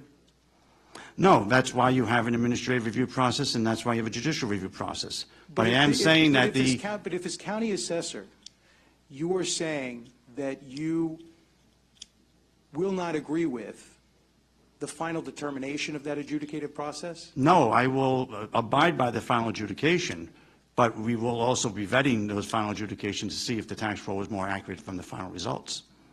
We will take a review of that. But you will abide by whatever. Oh, absolutely, we determination- have to, Okay. but we will judge it.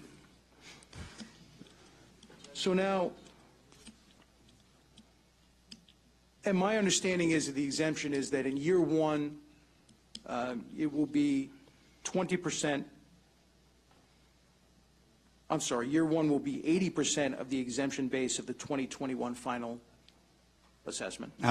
It would be 80% of the difference between the tentative 2021 and the final 2019-20. Year two will be 60%, year three will be 40%. Once the exemption set, it rolls on a continuous basis, yes. Okay. Now, I believe you indicated it was about 390,000 residential properties in Nassau County? I was using it 379, but, 379? right. Do we know an exact number? I have it in my office, the exact number. 379. About 379. And you indicated that there were 240 residential challenges Right. that were actually filed. Yes. Now, can you explain why the proposed phase-in utilizes the tentative assessment role as a basis for the exemption? A policy decision was made at the time when submitting the legislation that if people filed grievances and you had to wait until the final roll, they would not realize their entire reduction from those grievances for 5 years. So the decision was made to use a tentative roll, so at least if people filed grievances and we were incorrect, a homeowner would realize the entire benefit of that reduction in that first year. They would realize the entire reduction over 5 years, but we felt it wouldn't be fair if we made mistakes, that we'd have to wait 5 years for that correction to go So forward. the decision was made There was a policy decision made in the executive office when drawing the legislation up. by the executive office, you mean the county executive? Yes. Okay. So by using the tentative role, you're able to implement it more quickly? By using the tentative role, we could implement, yes, we could probably implement it quicker. It'd still require a lot of programming, but it wouldn't have to wait until the entire SCAR season was resolved, yes. You are correct in that. But it's the role at the conclusion of the SCAR season that is the most accurate, correct? I'm saying, well, that's the final role. I wouldn't judge onto the accuracy unless I did a study of that role afterwards. All right. Again, we're back to the adjudicative process. At the conclusion of the adjudicative process, after Right. you've had a truly independent, because right now, where we are in the process is, you have one set of county employees telling another set of county employees whether they were right or wrong. All right? So that's not, I know you used the term independent, not really independent. They're independent from my office, yes. All right. So the SCAR hearing, the SCAR process is where you get an independent third party that's actually making a determination as to who's right, the taxpayer Yeah, or you, independent, right? it's an independent small claims hearing officer, yes. Okay. So would it be fair to say that at the conclusion of that process is when we actually have an idea of when we have the most accurate roll? I would say we'd have to judge from the figures coming out from that. I would not say every single hearing officer is going to make the right judgment. We would take still a review of those values to see if the coefficient of dispersion changed positively or negatively from the results of the small claims hearing. That's how you're going to build a future roll. But No, in that's terms also how I'm going to judge. I mean, it doesn't matter that I will still implement all the reductions, but I will not concede that it's a more accurate roll from their result. I would have to take a judgment roll and take an independent, probably hire an independent expert to see if it was more accurate. But with respect to the 2021 roll, you would agree that at the conclusion of SCAR, Right. that is what the 2021 roll is. That is a final determination, correct? That's a final determination. That is a final roll, yes. Right? And that makes it de facto the accurate final roll. In other words, I would say it's the final there are roll. no more appeals from that. That is the final adjudicated roll. That's the final adjudicated roll. The accuracy would have to be judged by someone else. Would it be fair to say, and who gets to judge that, by the way? What's that? Who gets to judge that? Well, if we hire an expert to take a look at it, we would have to take a look at it. I think it's worthwhile to take a look at the accuracy of the roll after it goes through SCAR. And I think that'd be a very worthwhile exercise for my office or someone in the county to do. Would it be fair to say that using the tentative roll, however, would be the least accurate roll? Saying using the tentative roll would allow any homeowner who does receive the reduction to realize that entire reduction in the current year rather than wait for 5 years. And that was a policy decision made by the county executive. Right. But the decision was made to, essentially, from where I'm sitting, it sounds like the decision was made to get it quicker at the expense of getting it more correct. No, it was made in light of that. The Well- belief was that homeowners, if they grieved and received a reduction, they would be able to receive that entire reduction amount or realize the benefits of that reduction in that year that the reduction is granted, rather than waiting 5 years, which would be the result of being spread out if you waited till the end of the SCAR season. In addition, if we had to wait till the end of the SCAR season, it would be impossible for our office to implement. We wouldn't have enough time to implement. Okay. So it's a dual factor, but the main driving factor on this was that if people filed grievances on an error, that they would be able to realize the entire reduction amount and realize the benefit of that reduction in that year and not wait 5 years. But there is another side to this equation, right? We keep using the term reduction, but the same 5-year phase-in provides an increase, doesn't it? How so?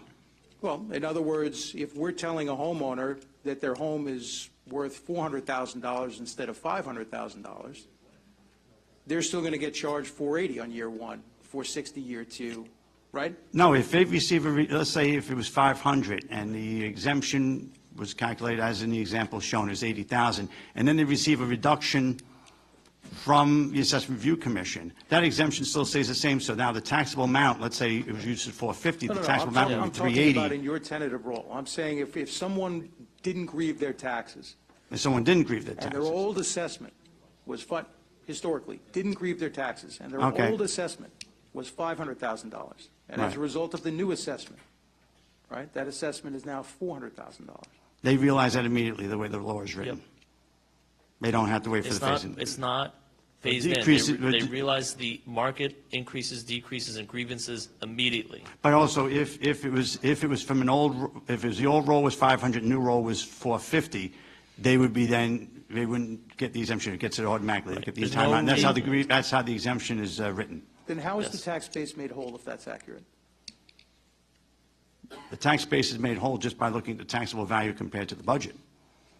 And the tax rates are generated from that. Whatever the assessments come out to, the taxable assessments are always bumped up against the budget to create the tax levy. But if someone's taxes are increasing as a result of the assessment, and that increase is being phased in over 5 years, Yes. if the pie remains whole, how does Yes. that not mean that someone entitled to a reduction is receiving that reduction in increments as well? They receive the market decreases and the grievances immediately. But they're not It is receiving not but phased they're not in. receiving the benefit immediately, correct? I think I'm missing Yeah. the point. Can you rephrase the question? Sure. Okay. If as a result of the reassessment, I'm due an increase in my taxes, Mm-hmm. and that increase is going to be phased in over a 5-year period of time, if I'm entitled to a decrease in my taxes, From a ARC reduction, you're saying? if I'm entitled to a if Oh, I'm entitled if you're to a just doing a decrease, yes. if I'm entitled to a decrease in my taxes, how is that not phased in over, isn't that phased in That's also over 5 phased in years? over 5 years. Right. So So my overall point is that based upon the phase-in system, for the now, originally it was supposed to be 45% that were receiving an increase. Now we know it's 55% that are receiving an increase, and approximately 45% are receiving a decrease. If I'm in the 45% that's supposed to be receiving a decrease, I've got to wait 5 years to receive my decrease, correct? That is correct, but if we didn't do the reassessment, they wouldn't have received the decrease to begin with. All right, let's finish up. It's a little after 9. Mr. Moog is going to take a break, and then we're going to sure. go to public comment. You want to, we'll switch it now, that's fine. Okay. What? I think just one bathroom break, and then we'll be back. Okay? Thank you. We'll resume in 5 minutes, and then we'll start with public comment.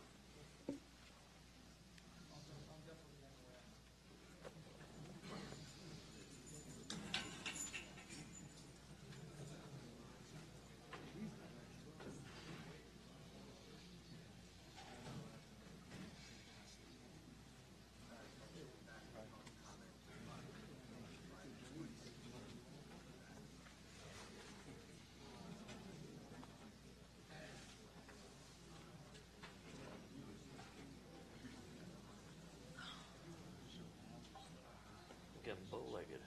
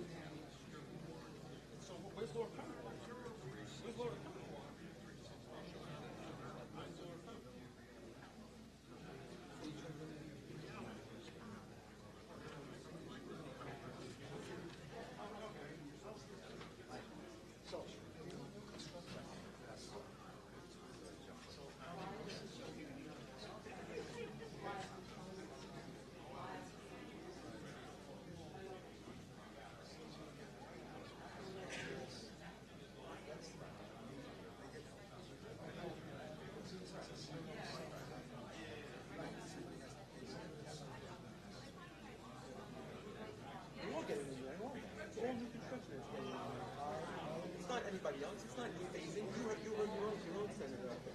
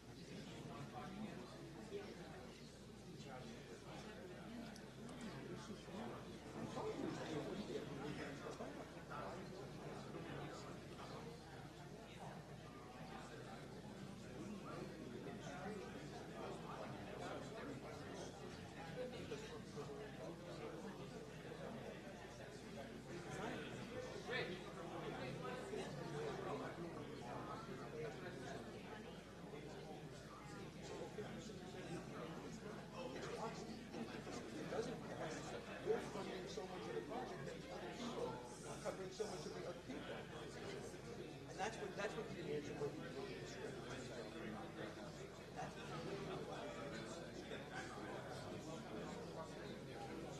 All right, we'd like to get restarted.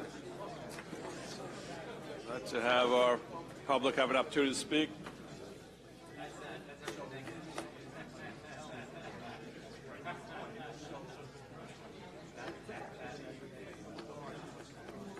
Are we ready?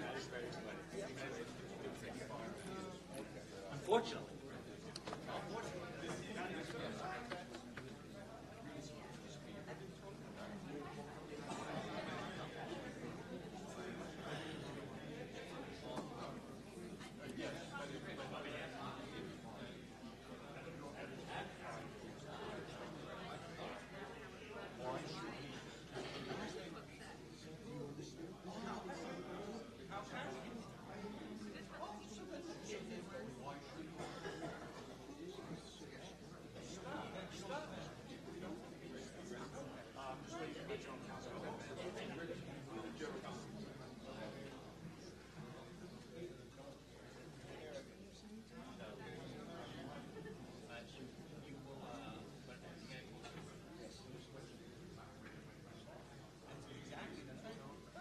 If you found the wallet in the street and put the money in your pocket, and you try to find the person to give it to. Everybody who goes to the statue, anybody who goes to the say whatever you want to do. You would take a wallet and stick it in your pocket. You would walk into somebody's house and take it.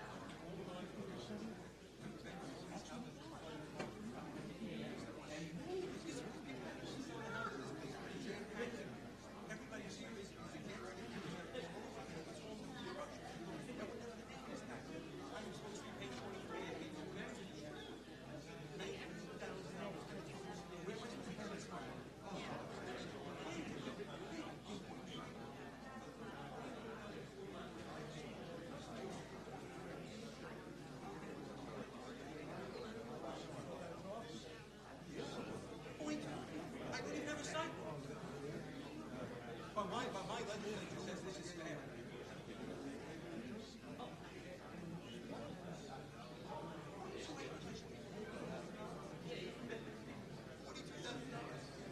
That's $17,000. I have to make $17,000.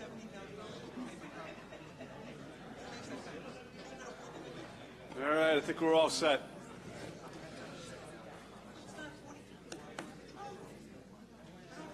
All right, we need Mr. Moog and Mr. Miles back at the table. So that the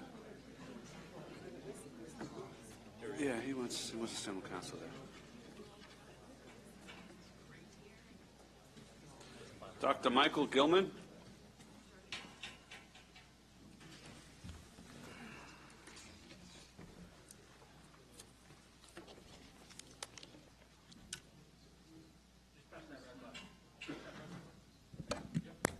Are we good now? Okay. Thank you very much, sir. In February of 2015, at my urgent request, the Department of Assessment sent a gentleman to my home, a senior assessor at the County Department of Assessment. His name was Anthony Fizzuolo. Please don't ask me to spell that. He came and assessed my home and said it was a tear down, that it had no value except the land value, that it had defects that were not fixable, and my assessment was lowered as a result of several tax grievances to the land value. I was therefore shocked and horrified when I got my new assessment last January with a 130% increase in the so-called fair market value, and the assessment now said my home was worth $463,000.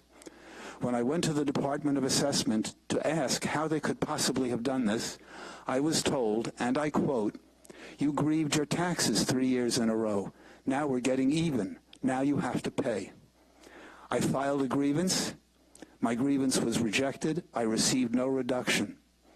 I have no heat in one room. I have 3 missing ceilings, a missing wall, no oven, no air conditioning to speak of, and no electricity in one room. I don't think my home is worth that. Mr. Moog, you dare to tell people that your assessment is correcting, that your assessment system is fair and equitable, and that you take into consideration condition of the homes? I'm here to tell you to your face, sir, that that is a bold-faced lie. It is not true, certainly not in my case. It's like saying that my 13-year-old Honda, beat up and scratched and dented, and that sounds like a bunch of bolts rattling, is worth the same thing as my next-door neighbor's brand-new $50,000 Lexus, just because I parked next to him. That's not truth, okay? There may be homes in my area that were underassessed. Mine was not. I'll see somebody about this in court, and I hope to God that the SCAR people will do something for me. But for sure, our assessment was neither fair, nor equitable, nor logical. Thank you, gentlemen, for hearing me. Ladies and gentlemen, sorry. Thank you, sir. Oh, and I have with me 8x10 color photographs if anybody would like to see some pictures to verify what I've said. Thank you again. Please present those photos, and we'll accept them and circulate them. And Mr. Gilman, if I can just ask, if you don't mind.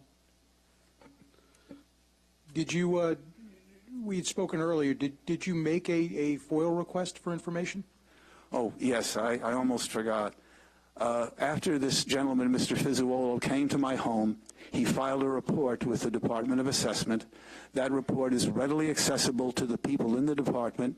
When I went there and asked for a copy of that report, the lady behind the desk only had to push a button on a computer to read the report.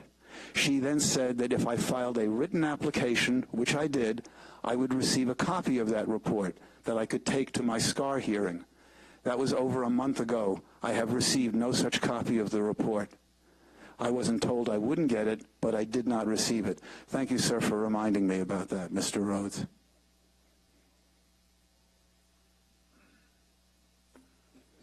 And Mr. Moog, when can Mr. Gilman expect to receive his report? I have to see the FOIL. It might not have made it up to my office for acknowledgement, but I'll acknowledge it and respond accordingly. Yeah, Obviously you're familiar with the requirements under FOIL, right? correct, yes, yes. You have to let him know within 5 days? Yes, yes. Whether or not he's going to receive the report, produce it within 30, correct? That's for the modeling for general FOIL questions, but if this is a simple request, I can send it immediately. I'll go back to the department to talk about. Will you take Mr. Gilman's information? Yeah, absolutely. And can you respond to him tomorrow? Yeah, absolutely, absolutely. Mr. Gilman, if you're still here? We have his information. We'll bring it down to you. Katie's getting it. Okay, she's getting it. Okay, we're good. Thank you. Dennis Duffy. Thank you. My name is Dennis Duffy. I live in Lynbrook. You folks are way ahead of me with this trending stuff. I'm still trying to understand the 2021. I've heard it discussed that Prognos was supposed to show us comparables.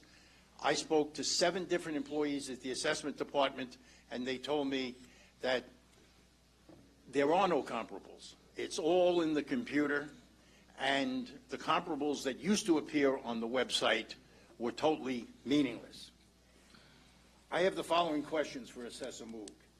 Can you tell me what sales went into the determination of my home's value and how those sales amounts were used to calculate the square foot value which was applied to the actual square footage of my house to create the starting point on the calculation ladder?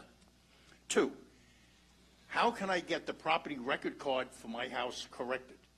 When I complained to Anthony Arcuri of the assessment department, he reduced it by $5,000. Later, I discovered that he accomplished this by reducing the number of plumbing fixtures on the property by 1. Now, when I sell the house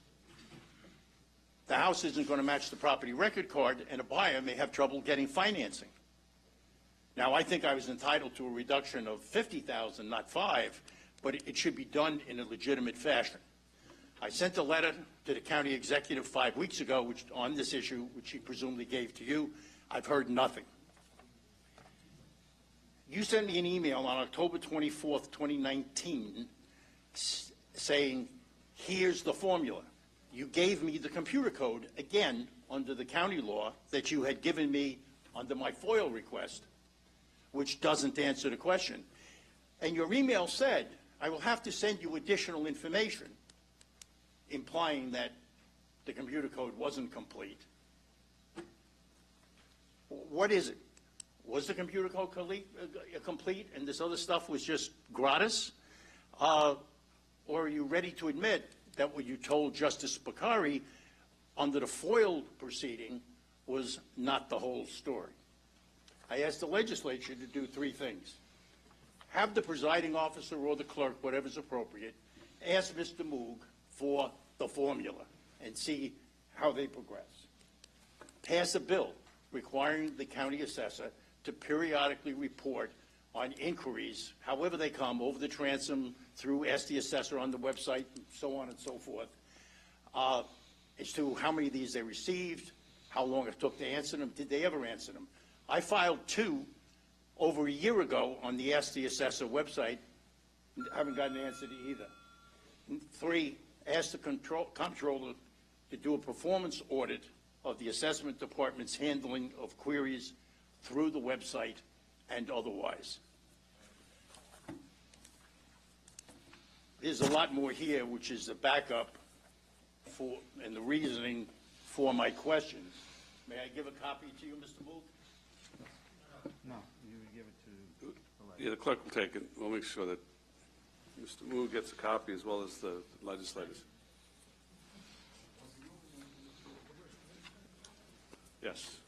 In response to Mr. Duffy's question there about requiring periodic reports, if my memory serves me correct, I think that the county legislature passed a law here that was vetoed by the county executive requiring such information from the from Mr. Moog's office. Is that true? Do you remember? I don't know if it's exactly what he was asking for, but I think We had a reporting requirement, I believe, in the county executive. we were looking for Yeah. telephone, answering the telephone Right, call and right. then processing of how those calls went. And But that- this is something different, and we can look into this as well. Very good, thanks. Okay. Mr. Patrick Salmon?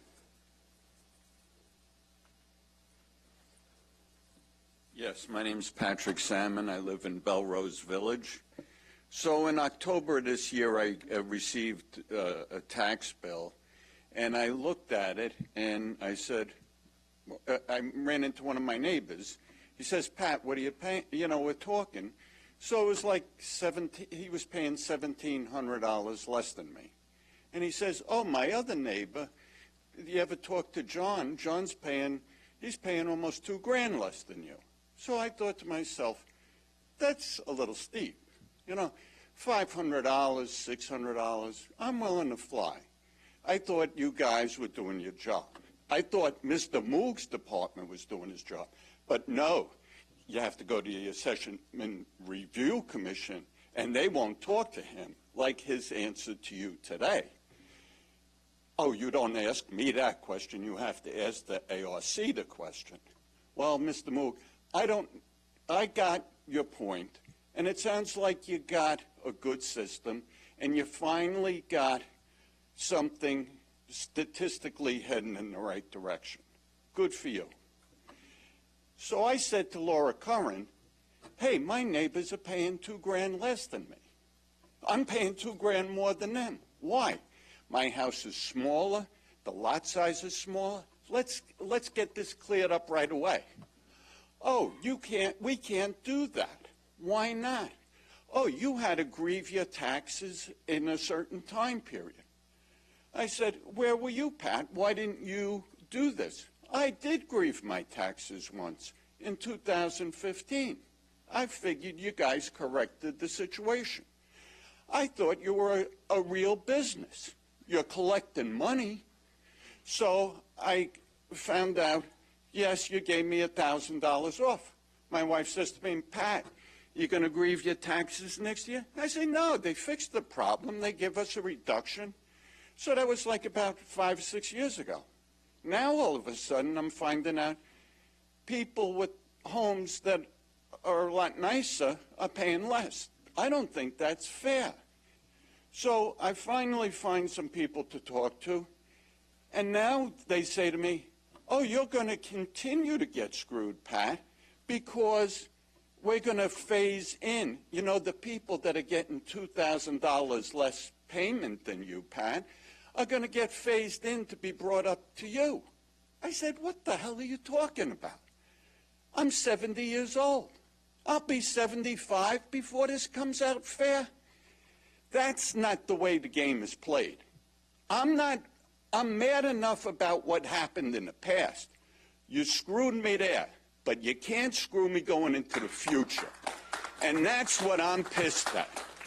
And, you know, Joe Biden didn't spend any money, and he beat Bernie and he beat Bloomberg. So you don't have to spend a lot of money to beat you guys, or Curran. So, Moog, I want an answer about, am I going to subsidize my neighbors more? I want an answer to that. I don't care where he lives. I want to know, am I going to subsidize these people more? Yes, the decreases are phasing over 5 years as well as the increases. There's Well, only way wait a second. So if you buy let's say you went into the store, a grocery store, and you wanted to buy a 6-pack of beer, and that beer was $10, and you say, oh, I don't want to pay $10. Oh, we're going to roll that in for you, Mr. Moog. We're going to start you out. You'll pay $6 for the beer, and all these people at ShopRite are going to pay. Forget about it. Who's talks like that? All right. Thank you, Mr. Salmon. Thank you. Okay. So is there something I can do to get this corrected, please, sir? I mean, I would like to know what to do. His department says talk to ARC. You have to look on an annual basis as to whether you feel that the assessed value in your house is accurate or not. If you don't feel it's accurate, then you should be challenging your assessment. Yes, but you're saying to me that moving forward, I'm still going to be hurt for the next 5 years. Why? That's the way this phase-in that's proposed is going to operate. Do you think that's fair, Mr. Nicolello? It's going to delay. Do you think that is fair? It's going to delay the increases for some people. It's going to delay the decreases for others. Do you think it's fair? Do you think it's right? I mean, like, if you're going to change the price of gasoline, you don't see gasoline that much different in price wherever you go. But with you, there's a big difference. Why? All right. Well, thank you, sir. You're welcome. Gary Wargo.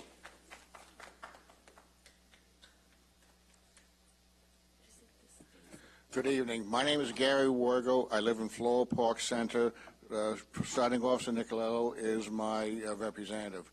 His office has copies of all the documents that I will be just talking about. I received my 2021 tax assessment estimate in September of 2019. It raised the assessment on my house by approximately 67%, from $340,000 to $590,000.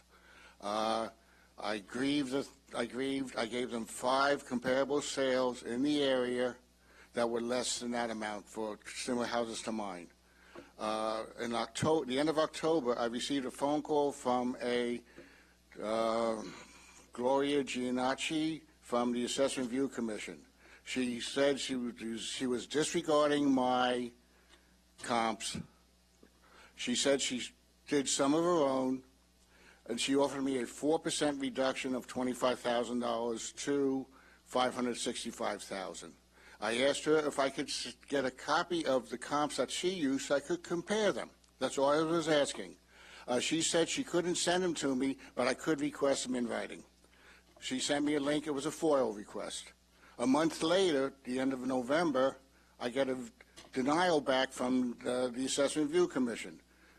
The denial said, there were 2 emails. The first one said basically that the opinion that the assessment opinion is that of the assessor and that they couldn't give that to me. Second one said that the county didn't maintain these records. So I called her 4 times, left voicemails. She never answered the calls. 3 weeks later, I heard from another person in the assessment department said, oh, you can appeal it to the county attorney, which I did. In January, I got a reply back from the county attorneys saying that they were right to deny my request for this information based upon a ruling in a court in Michigan 20 years ago. This ruling said that they were not required to give this information. It did not say that they were not allowed to give this information. But add insult to injury, in January I get a letter from the assessment department saying, oh, we're going to, for 21-22, we're going to reduce your house by $55,000 to $535,000. Well, I brought that to the Assessors Review Commission, and their answer was basically eat shit and die. All right. Robert Arrows.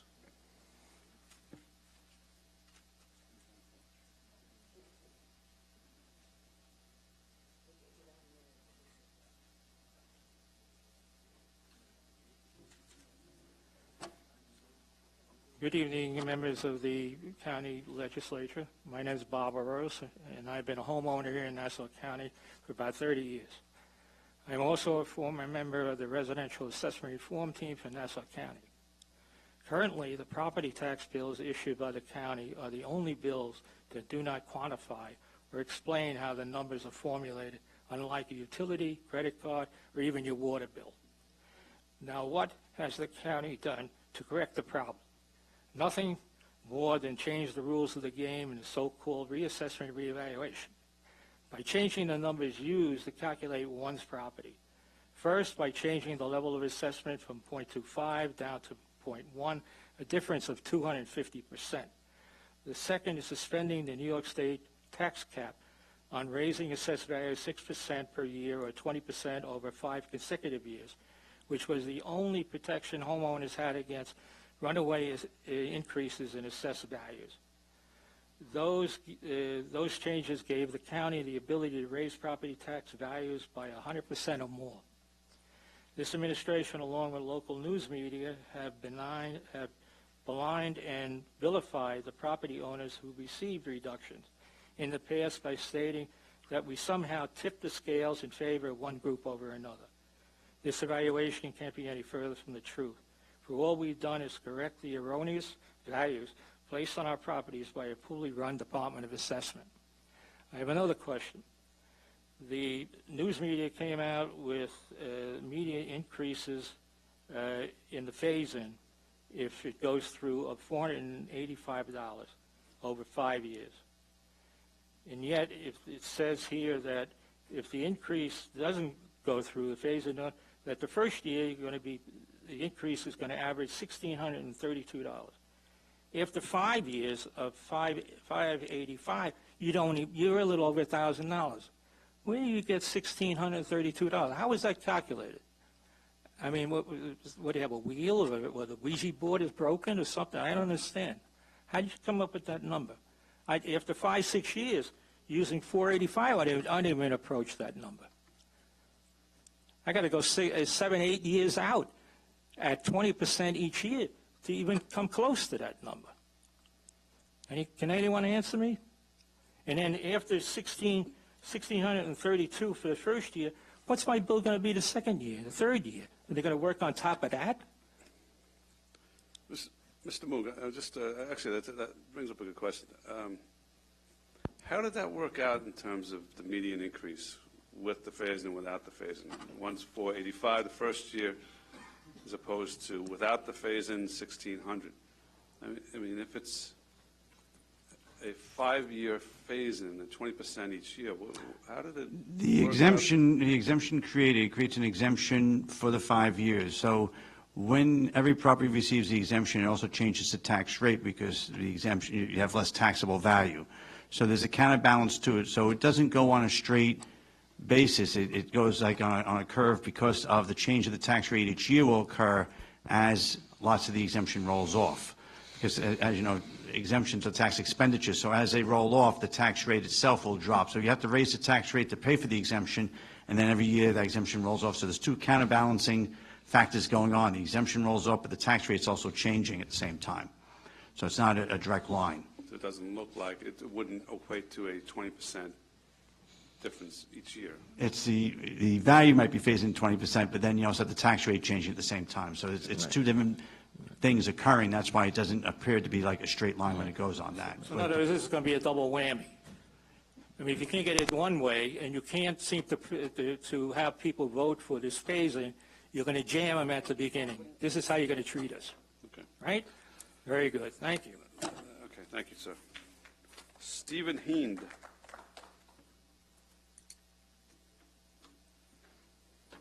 Okay, good evening. My name is Stephen Heend. I'm a New York City attorney who has recently moved to Long Island, specifically Country Point and Plainview. I think it's very admirable that Ms. Curran has this plan that's going to help people deal with their increase in taxes. Over 5 years, they will gradually pay higher amounts. However, my understanding is that people with new construction do not qualify for Ms. Curran's plan, and in fact, not only are the properties assessed at this new reassessment value, but they pay a much higher amount. I know of one person whose assessed valuation is $25,000, but he's going to be paying $38,000 and then gradually go down over 5 years. I know of another person who's going to start his valuation, I'm not sure, valuation is like $27,000. He's going to start at $42,000. Country Point is all new construction. Presently, the units sold there are about 420, ultimately 660. I know of ultimately 660 people who will not like the idea. They have to overpay, not pay their fair amount, but overpay. I think it's a disgrace that you're trying to eliminate one injustice by creating another one.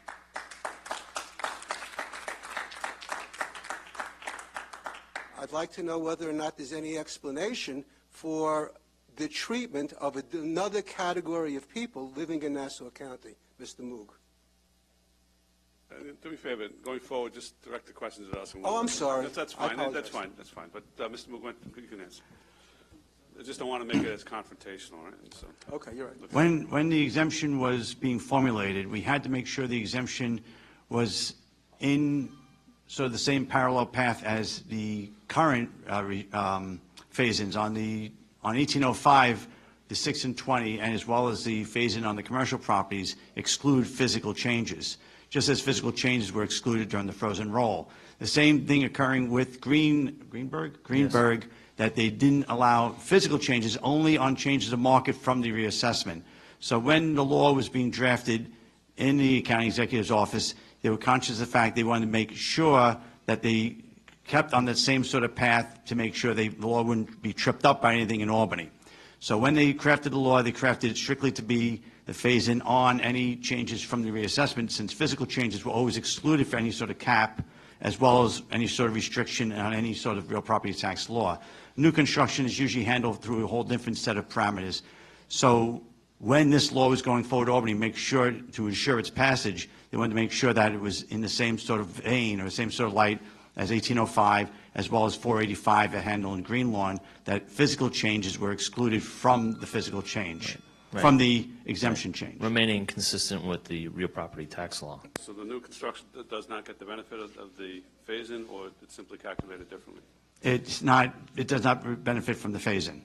Well, since much of my time was used up with the answer by Mr. Moog, I suggest that legislators who are going to be voting after this hearing on Ms. Curran's plan vote against it, because people such as me and owners of new construction are being harmed by this plan, and that a new plan should be developed, if not in Nassau County, then in Albany.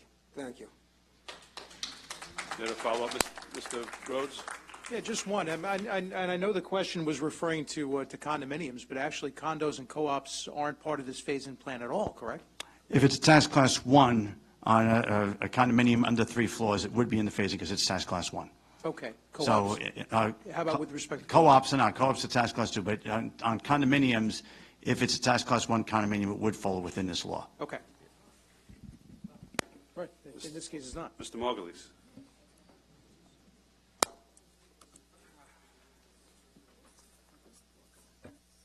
Good evening, Presiding Officer. Good evening, Legislature.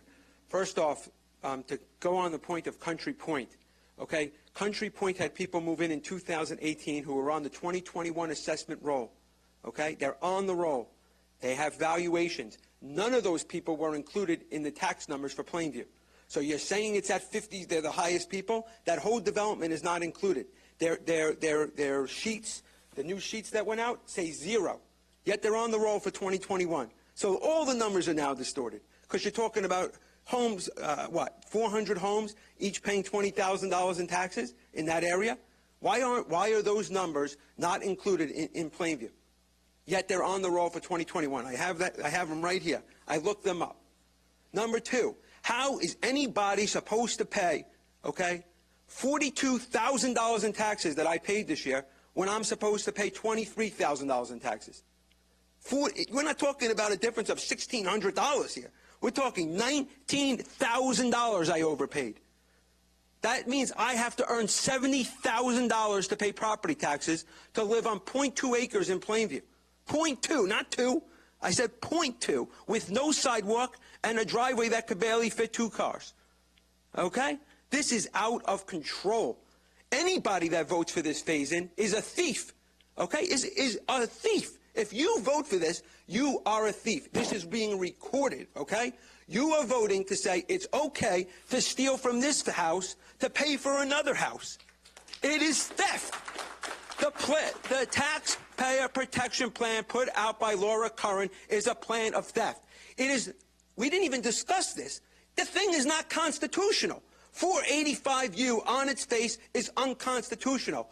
Can somebody show me reports from multiple constitutional, independent constitutional attorneys to tell me that this statute is even constitutional?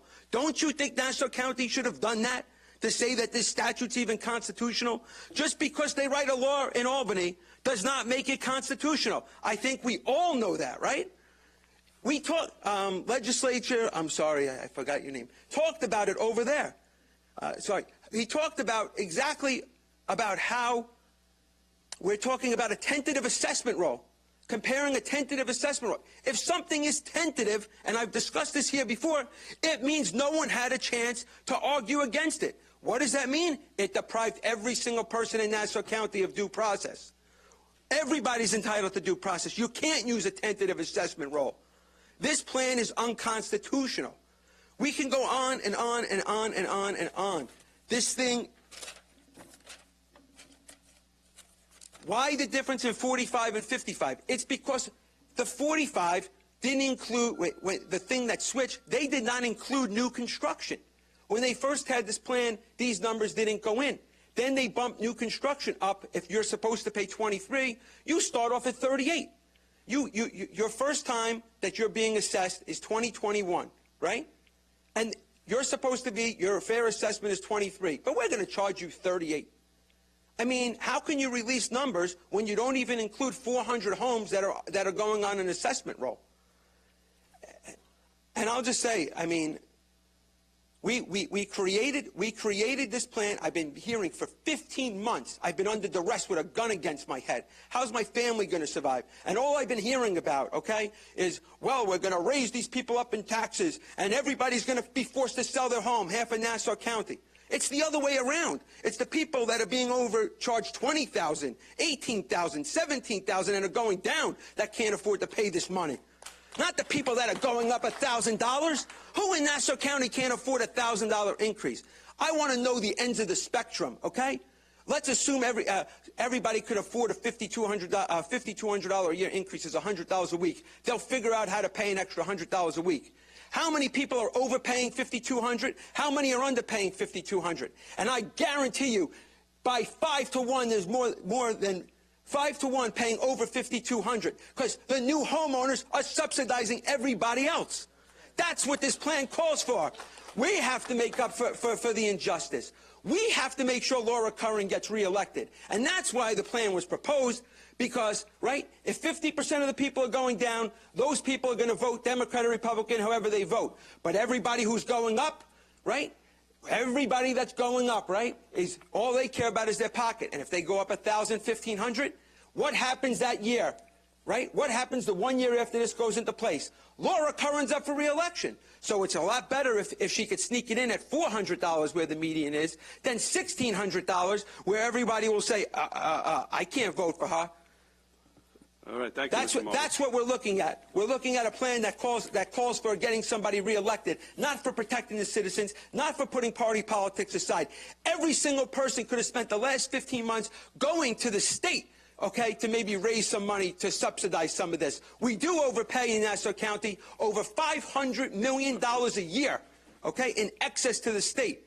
Maybe they should help pay for this. I can't pay for every single person's taxes. Thank you, Mr. Margolis. There is actually a bill in by Assemblyman Rao that would provide a credit for those who should be decreasing, which we have been supporting, and we will continue to support that. Yeah, well, Laura Curran wrote in a statement in the newspaper that thing will never pass and she'll never stand behind it. And I respect I don't understand that because right, but it was in the newspaper. That's what was in news then. Maybe she doesn't feel it's never going to pass, but why wouldn't she accept it? I was here and argued that. Okay. I don't understand why everybody wouldn't turn around and support something like that, and bipartisan go down and argue in Albany. I even was here and said I would go myself and argue, but you know this is where we're at, unfortunately. And if this thing passes, whoever votes for this, put a piggy bank on your desk, okay? When you decide where you go to vote, okay? And that's my kids' money. And if you vote yes on this, you are stealing my children's money. So look at that piggy bank and remember that. All right. Mr. Roland Skemmer.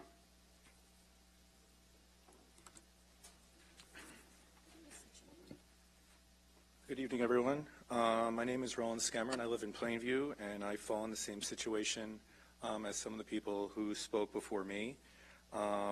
Moving into a new dream home for my family, we worked hard, we saved, we did everything we could to be able to do that. And I knew my taxes were going to move up to the appropriate rate for what a new construction home in Plainview should be. Mid-20s or so was what I was anticipating, still very high, but this is, you know, the price of living on Long Island and in certain neighborhoods.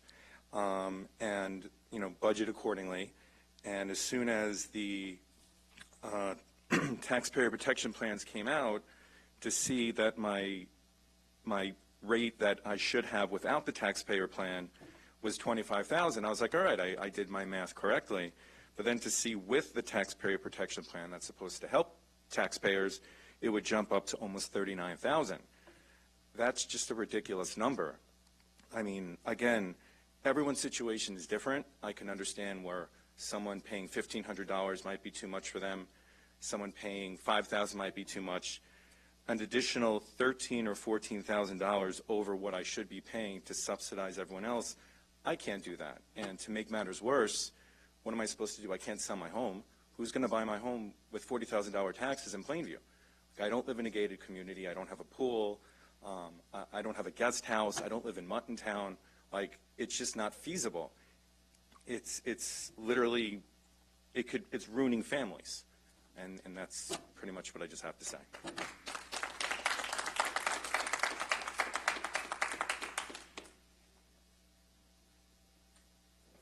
Just a point of clarification. Were you in the same development that was addressed at first, or is this a different part of Plainview? Okay. Okay. Elaine Licari.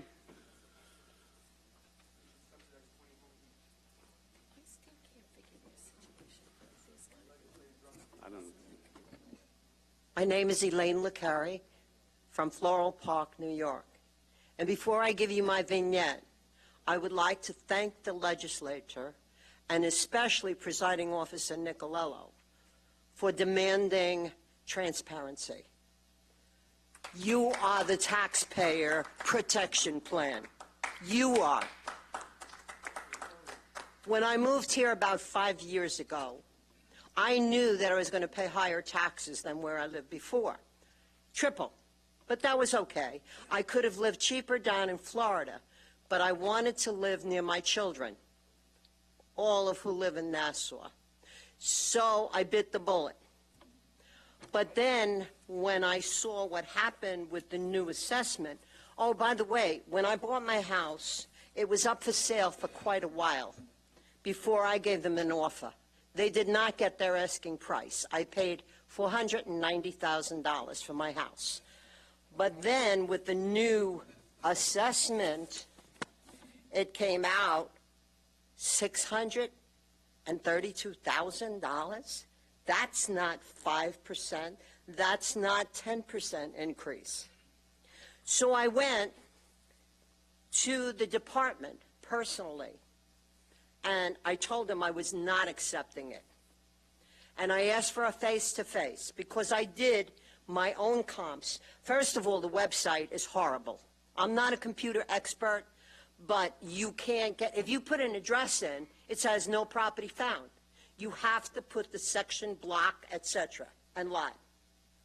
You can't find it just by the address. So forget that. So I handed this in saying that I did not agree with this assessment.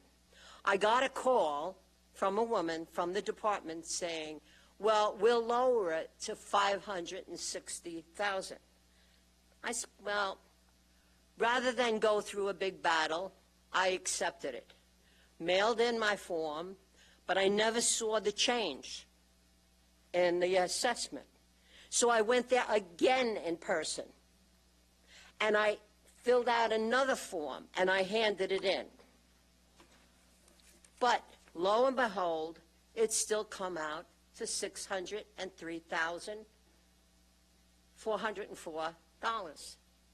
So why did I agree to the $560,000? I mean, this is bait and switch.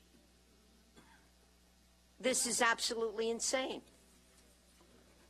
First of all the houses on my block were built about the same time, and I believe by the same builder. So, but there was such a disparity in the valuation of the homes, and I see now that they're a little bit better, okay? But most recently, there were 2 houses on Plainfield Avenue, which is a main street, by the way. I have to wait to come out of my driveway for quite a while before I can get out from my driveway. And most recently, houses sold on Plainview, 263 Plainview, sold April 1st, 2019 for $507,000. And house 2 doors from me also sold for 500 and change, lower 500. I think this is a travesty. Thank you, and I am saying this to you, Mr. Nicolello. I am a Democrat, but I thank you for the transparency. Okay. Thank you very much. Thank you very much, Ms. Licari. I have a question for you. You had, Ms. Licari, after you had received the commitment or representation was going to be lowered to 560, around there. And then you went back, you found out that it wasn't. What did They you do? never changed it. Did you ever speak to anyone at the Department of Assessment? Not yet. You know who it is you spoke to the first time? A woman, I think her name was Gina or something like that. I have her recording on my phone yet. I still have her recording. I went to 2 different seminars on this, one in Floral Park Library. I couldn't get in. I couldn't get in because I needed help. I do have comps, but not from the Nassau website. It's that Nassau website is very difficult to use. I agree 100%. Have you challenged your assessment this year? I will. Okay. What about I will. Okay. Do you have one pending, assessment challenge? I didn't yet, but I will. I definitely will. You have until April 2nd. Do it now. Thank you very much for the demand of transparency. I will forever appreciate it right. because Thank you very now I can live near my kids instead of moving to Florida where I don't know anybody. All right. Thank you very much. Robert Igwer.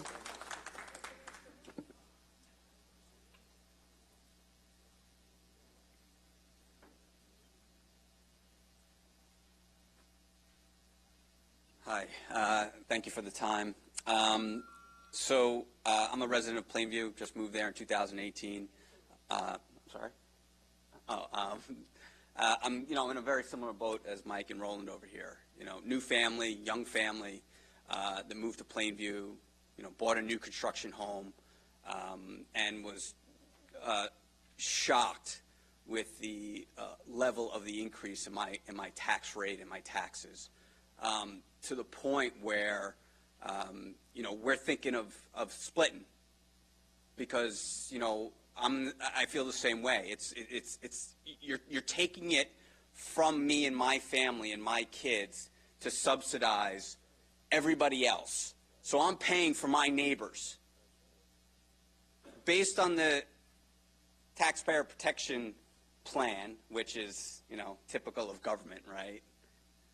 To misnomer it.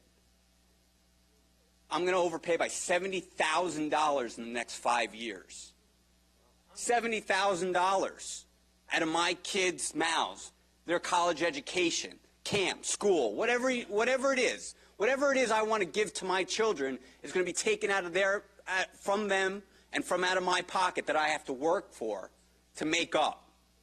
How is that okay? I don't mind paying my taxes. I get it. I bought an expensive home. I bought a new construction. My taxes are going to be higher than other people here. I understood that going in.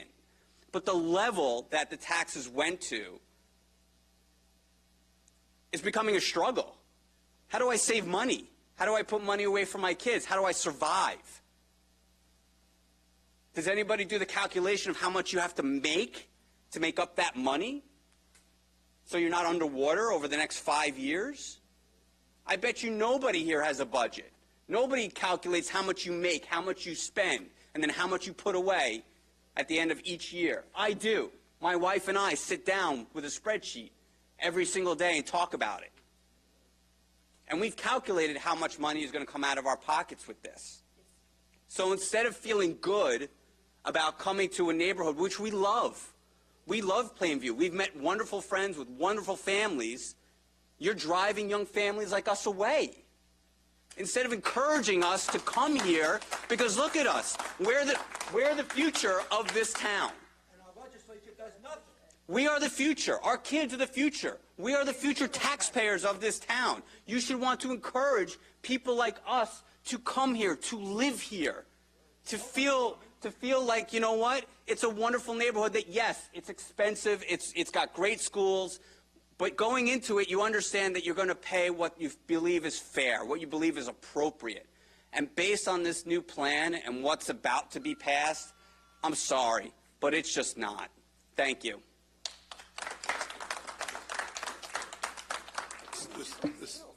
Mr. Moog, or Mr. Miles, the issue of these Plainview homeowners, is it because of the way new construction is factored into or not factored into the phasing? Is that what is creating these extreme results? That's correct, because Again, the legislation was drawn to be parallel to 1805 and to other legislation. Physical changes were not granted the exemption going forward because the belief was that it wouldn't pass through Albany without having been consistent with other law. Is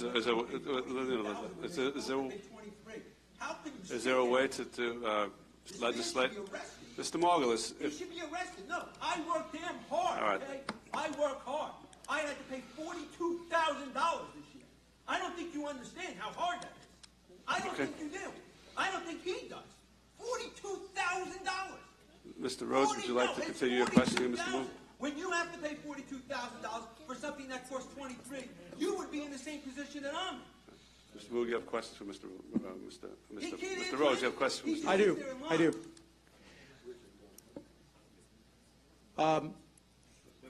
That's the last slip I have for public comment, so Mr.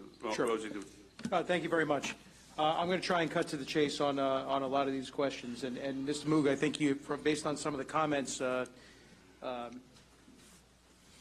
that we just heard, the county executive may want to reconsider whether she's calling this a taxpayer protection plan. She needs to, if she's going to do that, she needs to explain how this protects somebody like Mr. Margulis or somebody like Mr. Salmon or somebody like many of the other residents that actually got up to speak here. It doesn't sound like they're getting protected by this.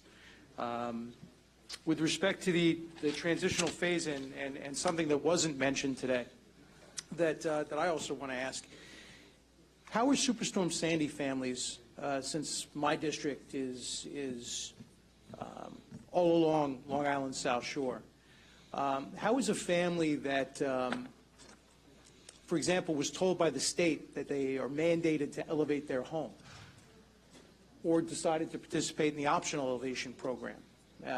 Because much of that construction is still going on. How does this transitional phase-in plan protect them, or does it? Well, there was an initial protection under 1803B, possibly, of the real property tax law under Governor Cuomo's plan to protect individuals affected by Sandy when they were getting their improvements. So I believe those were phased in over time, another phase in, and I believe that includes lifting.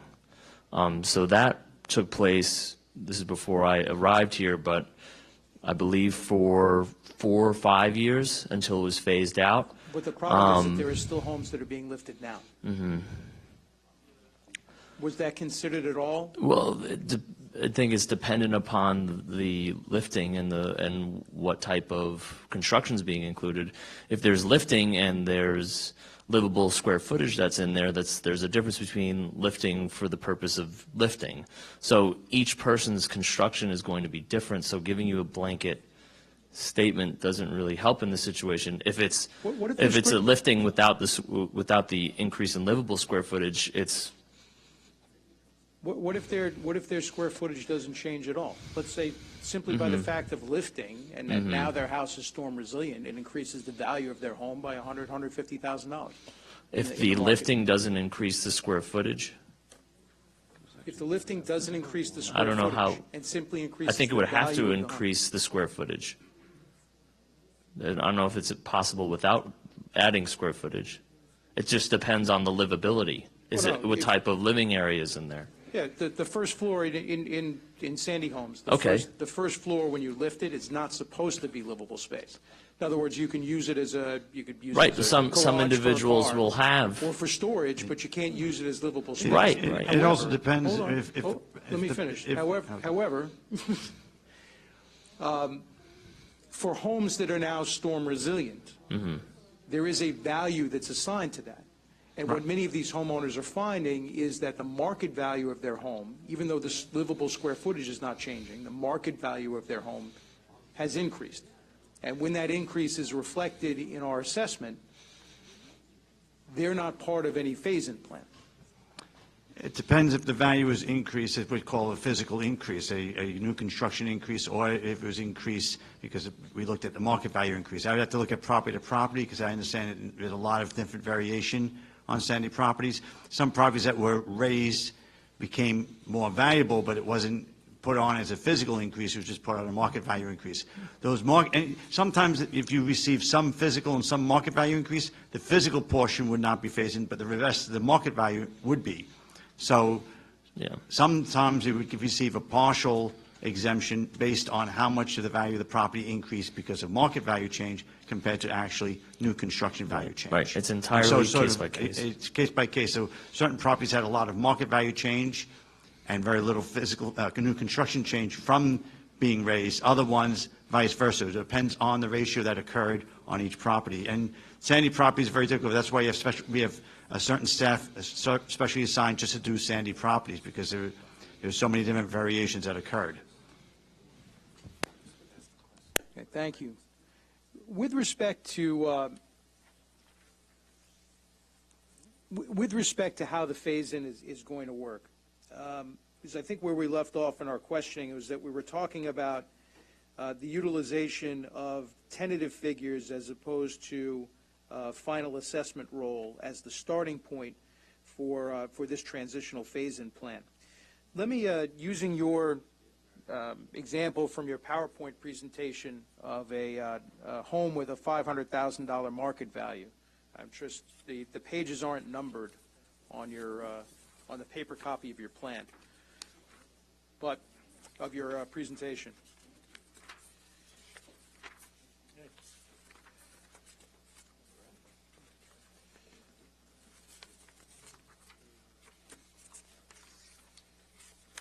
I think it's page 9. I have it here, yes. All right, so it's how is the taxpayer protection exemption calculated? Let's use that same $500,000 home.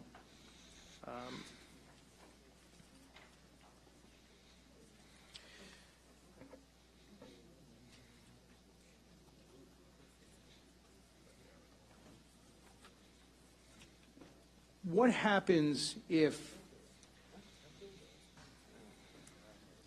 we're taking a home with a value of $400,000 and we're saying that it's worth $500,000? Let's assume that for the purposes of this example. Okay. Okay. The exemption base then is set at the $500,000 value because it's based on the tentative roll, correct? The difference. The exemption is calculated off the $500,000, yes. Okay. Let's assume that there's a successful challenge, that they grieve their taxes. Okay. Maybe either at ARC or as a result of the final SCAR proceeding, there's a determination that the value of the home is $425,000. Okay. However, the exemption is still going to be based upon the $500,000 value. The exemption will still be $80,000, correct. So at the end of 5 years, because $20,000 is being taken off every single year, that home with a value of $425,000 is only going to be taxed on $350,000 worth of value.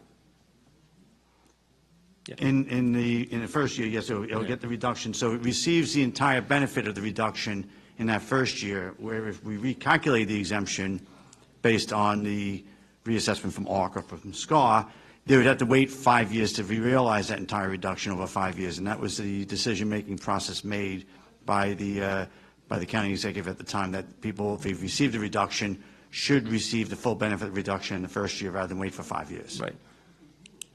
So what would, in year one, what would that individual's taxes be? The tax would be based on 425 minus the 80,000.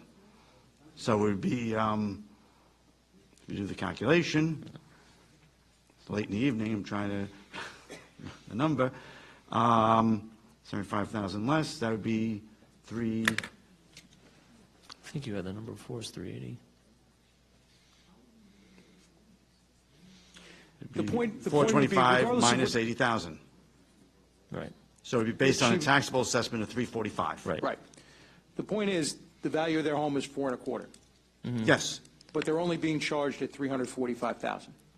So 345 because of the exemption, yes. Right. So by using the tentative values, you've created a situation where if we've overvalued their home and they're successful in getting a grievance, then the then they're actually going to be paying less than what they're supposed to be paying after that adjudication.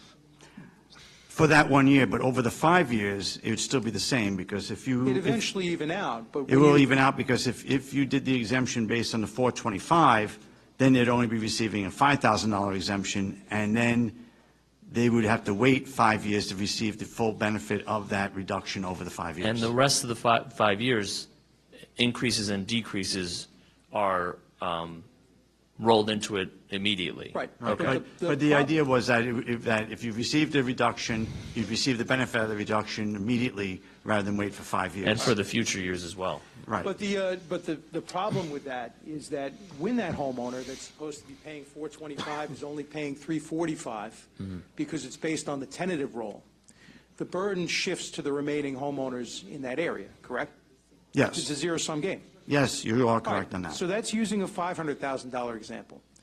Let's take this and extrapolate it to homes, for example, on the North Shore, homes where under questioning by Legislator Dirigi-Whitten, you indicated that some of these high-value properties on the North Shore, the assessments that the Department of Assessment came up with were, to use your terminology, indefensible. So what happens when you have a home that's valued at $5 million that they successfully grieve to $4,250,000? Just a correction. That's a $750,000 burden that's going to shift to other homeowners in that area, is it not? Indefensible, wait, please. Wait, before, it is correct, but you have to realize that that burden then shifts back over the 5 years. So in the end, if we did it from the tentative roll, you'd still have that shift. It would just be spread over 5 years. This way you would get it in 1 year. In the end, the tax burden over the 5 years is still a net zero. It just depends if you receive it in 1 year or they receive it over 5, and that was the thinking in the policy. But for the person that's writing a check in year one, and my taxes are going up because we decided to use a tentative value, and I happen to be this individual's neighbor, because he's basing his taxes on a value that's deflated because we decided to lock in the rate at the tentative value as opposed to the actual value of the home as determined through the grievance process. In year one, but that'd be offset over the year 2, 3, 4, 5. But that doesn't help me pay my taxes in year one. Well, this was, again, I restated what the policy decision was and why we made that policy decision. So it was so that people who grieved would realize the entire reduction in the grievance year rather than wait for 5 years. Over the 5 years, the net effect is still the same over the 5 years for both the griever and the non-griever. Just to put this on the record, the indefensible is a mischaracterization. I'd have to go back into the transcript. I'm just saying, from the department standpoint, Maybe we believe our values are accurate, I'm not sure whether the terminology was not defensible or indefensible or what it was used, but clearly I think there would be a concession that on some of these high-value properties, the Department of Assessment fell short of its accuracy goal. Would that be fair to say?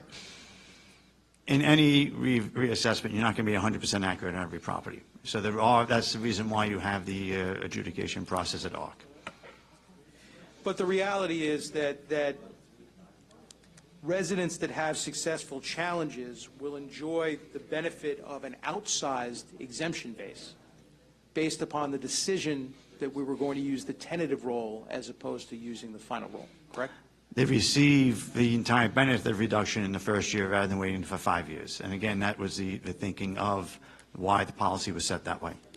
Which means that they're receiving more of a benefit in year one than they're entitled to, correct? They receive the benefit that the law entitles them to in that 1 year. And again, it was, as I said before, Legislator Rhodes, it was the benefit was decided that you would receive the entire benefit the first year rather than wait 5 years. Then it's still a zero-sum game over the 5 years.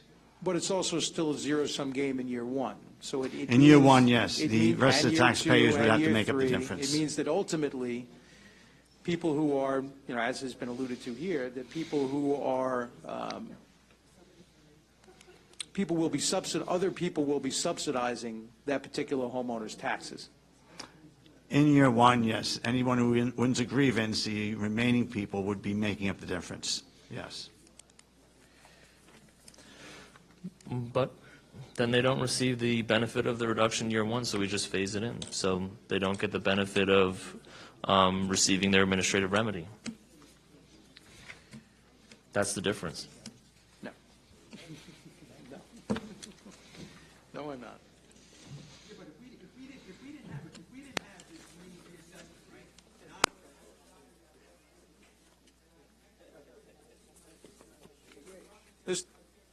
Mr. Margulis?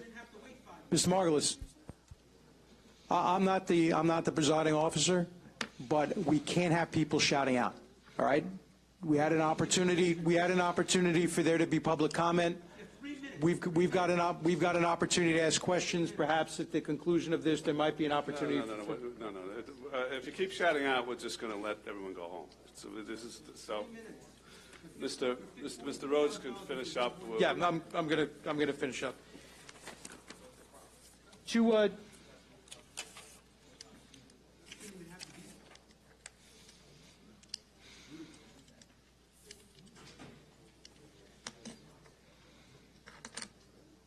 go back to the topic of Prognos, for example, for a moment.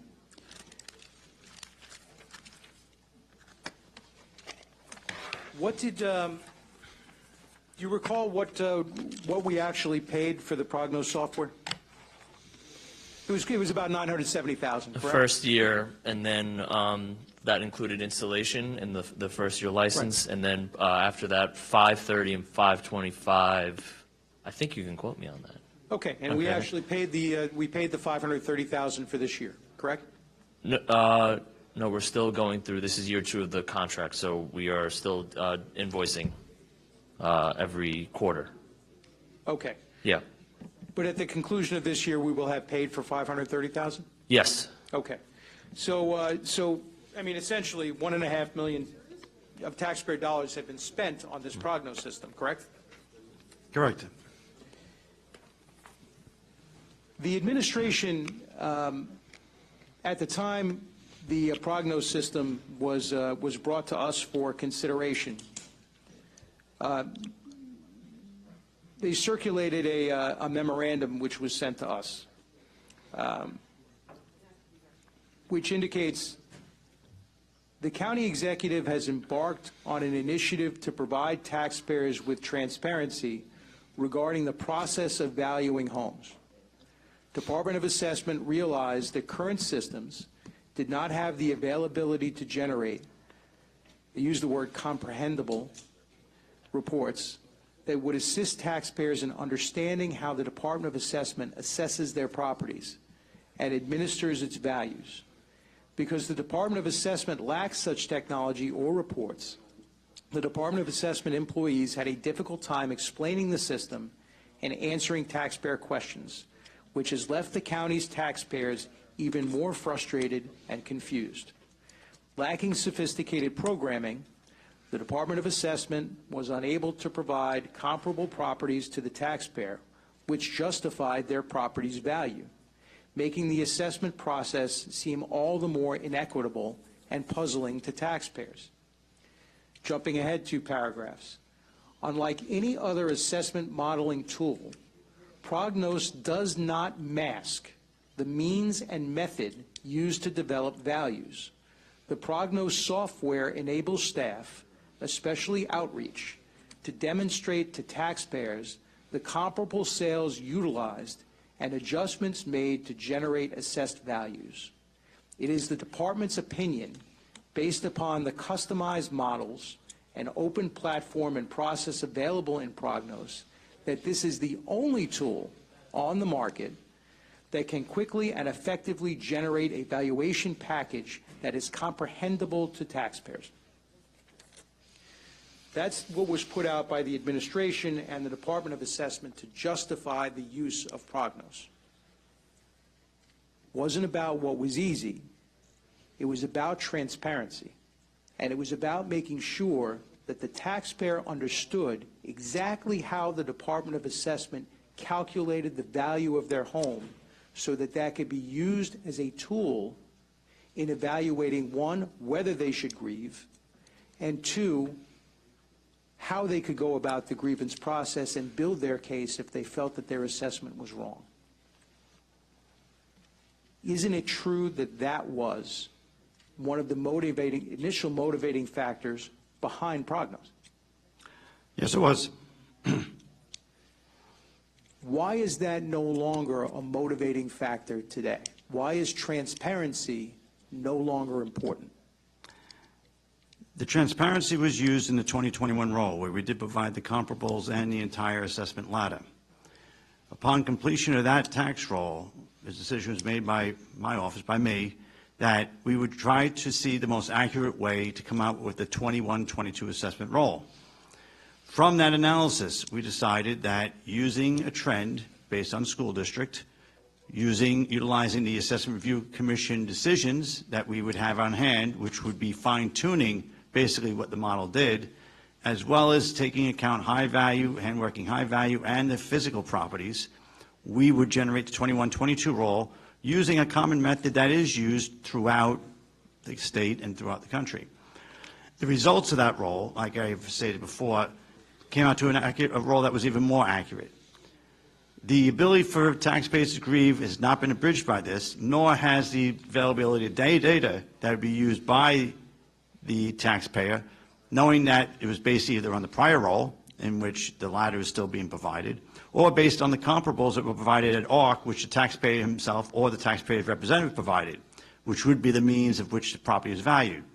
The trend was just basically looking at the sales of each school district, and those sales are available, and the trends, we will move to have those trends put on the assessment roll. In the end, taxpayers will still be grieving on the individual assessment based on the individual comps, but in the bottom line, we still came out the more accurate roll using this trended method. In the future, we will be deciding if we be using either a trended or a combination trended or a hybrid using Prognos, but we will be using Prognos to defend the 2021 roll, which we would not be able to do without the Prognos system because it's a multifaceted tool that could be used in many different fashions. So you're using your intention is to use Prognos to defend the county, right? On the 2021 roll. Okay, as opposed to the stated intention of Prognos, which was for taxpayers to use Prognos as a tool to be able to understand how the county achieved its values. One of the stated roles, I also stated in that testimony that we'd also be using it to score. And the 2021 roll where we did put the ladder on and the comparables is the same roll that we're using for SCAR, so it's the same use of the same tool on the same assessment roll. Mr. Moog, do you believe that the taxpayer has a right to understand how the county achieved the values that are determined by the Department of Assessment? Yes, they do. Okay. Without the use of the Prognos tool, how is the taxpayer supposed to do that?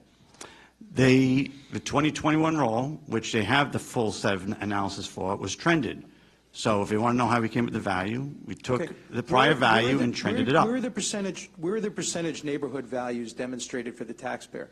How is the taxpayer supposed to know what value, what the factor increase was as determined by the Department of Assessment for their particular school district? Where is that information available? We will be posting online, but it's simply the fact of it is. Don't interrupt, Mr. Rose. I said simply the fact of taking the 2021 roll, taking the 21 roll, and minus one figure against the other, you know how much your value went up. It's a simple trend. And when we explained this in our community outreach, we had no problem with the taxpayers. They were actually very pleased with the explanation. We did speak to over 1,000 taxpayers over the past 2 months on this topic. That's great. And we saw no objections to that. Out of 383,000 residential homeowners, you spoke to 1,000. But right? The conversation keeps on coming up regarding SCAR and that they don't have the ability to see the comparables for the 2021 SCAR. I don't understand that point because they do have it for the 2021 SCAR, and they can see the comparables for the 2021 SCAR, and they can challenge it, the 2021 SCAR for this year, based on what was posted online. Mr. Miles? Yes, sir. Last year, when you conducted, or when ARC conducted its seminars on how to grieve your own taxes, in those seminars, taxpayers were instructed that they could go to Prognos to find the comparables that were used to determine the particular value of their home, correct? As well as Arrow, yes. Right. And they were also shown, or should have been shown, the ladder report, so they could see exactly how the value of their home was built, correct? Yeah, it's on there. Prognos is still present and available on your website, correct? For the 2021 roll, yes. Right. But those values are not accurate with respect to the 21-22 roll, correct? The 21-22 roll was a simple trend from those figures. I understand. However, were it not for the fact that we raised the issue today, that the trends weren't available on the county's website, since January 1st, so approximately for the last, 70 days or so, that people have had the right to grieve their taxes, they have no idea how the Department of Assessment actually built its roll for this year, correct? And the information that's present on the county's website, because Prognos is still up there and hasn't been updated, actually is wrong. The Prognos number was for 2021, and the 21-22, all taxpayers received a notice of what the new figure is, and you, as a taxpayer, would see that it increased 5, 4, 3, 2, 1%, and you would make a judgment call to see from the comparables being provided on the Arrow system if you should be grieving. But how That's do you how know- it's done in almost every other jurisdiction. You're saying that by taking a look at my specific taxes, I can Yes. calculate how much the increase was for my particular home? Yes, you How am receive I a so- notice on, not the taxes, the assessment. You do How- see the prior value and the current value. Great. How am I supposed to know, as a homeowner, that that percentage increase doesn't apply just to my home, but applies to the entire community, my entire school district? You only grieve your home. I You don't understand I grieve the grieve my community home. or you But don't if the- use comparable assessments. But if the point, Mr. Moog, of this, right, of Prognos initially, the memo that you sent out, was to provide additional transparency so that homeowners could understand the math, right? So that homeowners could understand how it was the Department of Assessment achieved the value that you were saying my home was worth. How am I supposed to do that if I don't know how it was actually built? If you don't provide me the explanation that you simply took a trending analysis as opposed to determining the value of my individual home, if you simply looked at my school district and said, gee, generally prices in Wanto or prices in Belmore or prices in Merrick went up by 4%, 5%, 6%, how am I supposed to know that it's not the value of my home, but it's the value of every home in my school district that was used to determine that number? I'm under the impression that this was put out there through our communications team from the county executive's office, and that this was a Newsday article, I don't know, about a month and a half ago, 2 months ago, regarding the trending. I believe this was publicly stated. One, I have no recollection of that article. Okay. Two, putting it out in an article in Newsday, with all due respect to Newsday, not everybody reads that. Now, you send out mailings. In fact, we got a nice fancy mailing from the county executive about this taxpayer protection plan. Did anybody think to send a mailing to individual taxpayers to let them know that there was a change in the way their taxes were being calculated? There's no change in the way the taxes are being calculated. Change in how the Changing the properties are valued. I'm sorry. I'm not as knowledgeable on the terminology as you. How the process through which their assessment was being calculated had changed. Again, we put a press release out, and again, when a taxpayer receives a notice of assessment, they'll see the increase there, and it's a slight trend. As every year, every market value should be changing, as it is done in every assessing jurisdiction. When anyone receives a notice, they would receive the notice and see if the values went up 3, 4, 5%. It's irrelevant if they would know if all their neighbors went up by the same percentage. It's relevant to see if their value, in the end of the day, is either justifiable or not justifiable based on the comparable sales or what they believe their property is Which worth. included the nuanced logic of including the physicals and the rolled-in assessment review commission So office. just We're going to conclude in the next 10 minutes. Yeah. So just out of curiosity, in your opinion, it's okay for the county executive to spend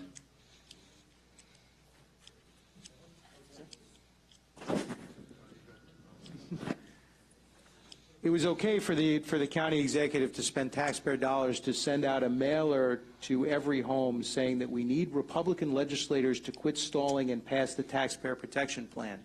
But it was not justifiable to spend money notifying those taxpayers how their assessment was being calculated. Well, the taxpayer protection plan has to be implemented immediately. The taxpayer protection plan has to be implemented immediately. We've made that case. Homeowners are grieving their taxes now. Homeowners were grieving their taxes 2 months ago when the process started on Right. January 2nd. That is correct. Based on the notice of tentative assessment The time mailed. for information to be put out to taxpayers was at the time this grievance process was starting, if not before. If you were changing the rules of the game, Mr. Moog, which is exactly what's happened here, you've gone to a modeling model as opposed to an actual assessment. Taxpayers had the right to know that you were changing the method by which you were calculating the value of their home. Separate and apart from... Taxpayers, when they grieve strictly the value, not the means or the methods to get to that value. Right. So At the end, you only grieve and based on comparable sales from that, from any method that I use, from trend or model, you have the right to grieve based on the value from comparable Mr. sales, Legislator, would you not on the support- actual means of how I get to the value. As a taxpayer, I not only have the right to challenge my value, I Right. have the right to challenge the methodology you used in achieving it. Only if that methodology is arbitrary and capricious. Well, how would I tell whether it's arbitrary and capricious? You don't even tell me what it is. It was throughout the assessing world, it's the challenge of the value, not on the method. And only if the method is truly arbitrary and capricious. The method that we employed was not arbitrary nor capricious. And in the end, the results was a more accurate tax roll. And that was my job to try to put out a tax roll as accurately as possible. But again, you don't know whether the 21-22 roll is accurate. You just put it out. We're in the middle of the grievance process now. I believe it is because from the... You won't know the accuracy of that roll until that process plays out.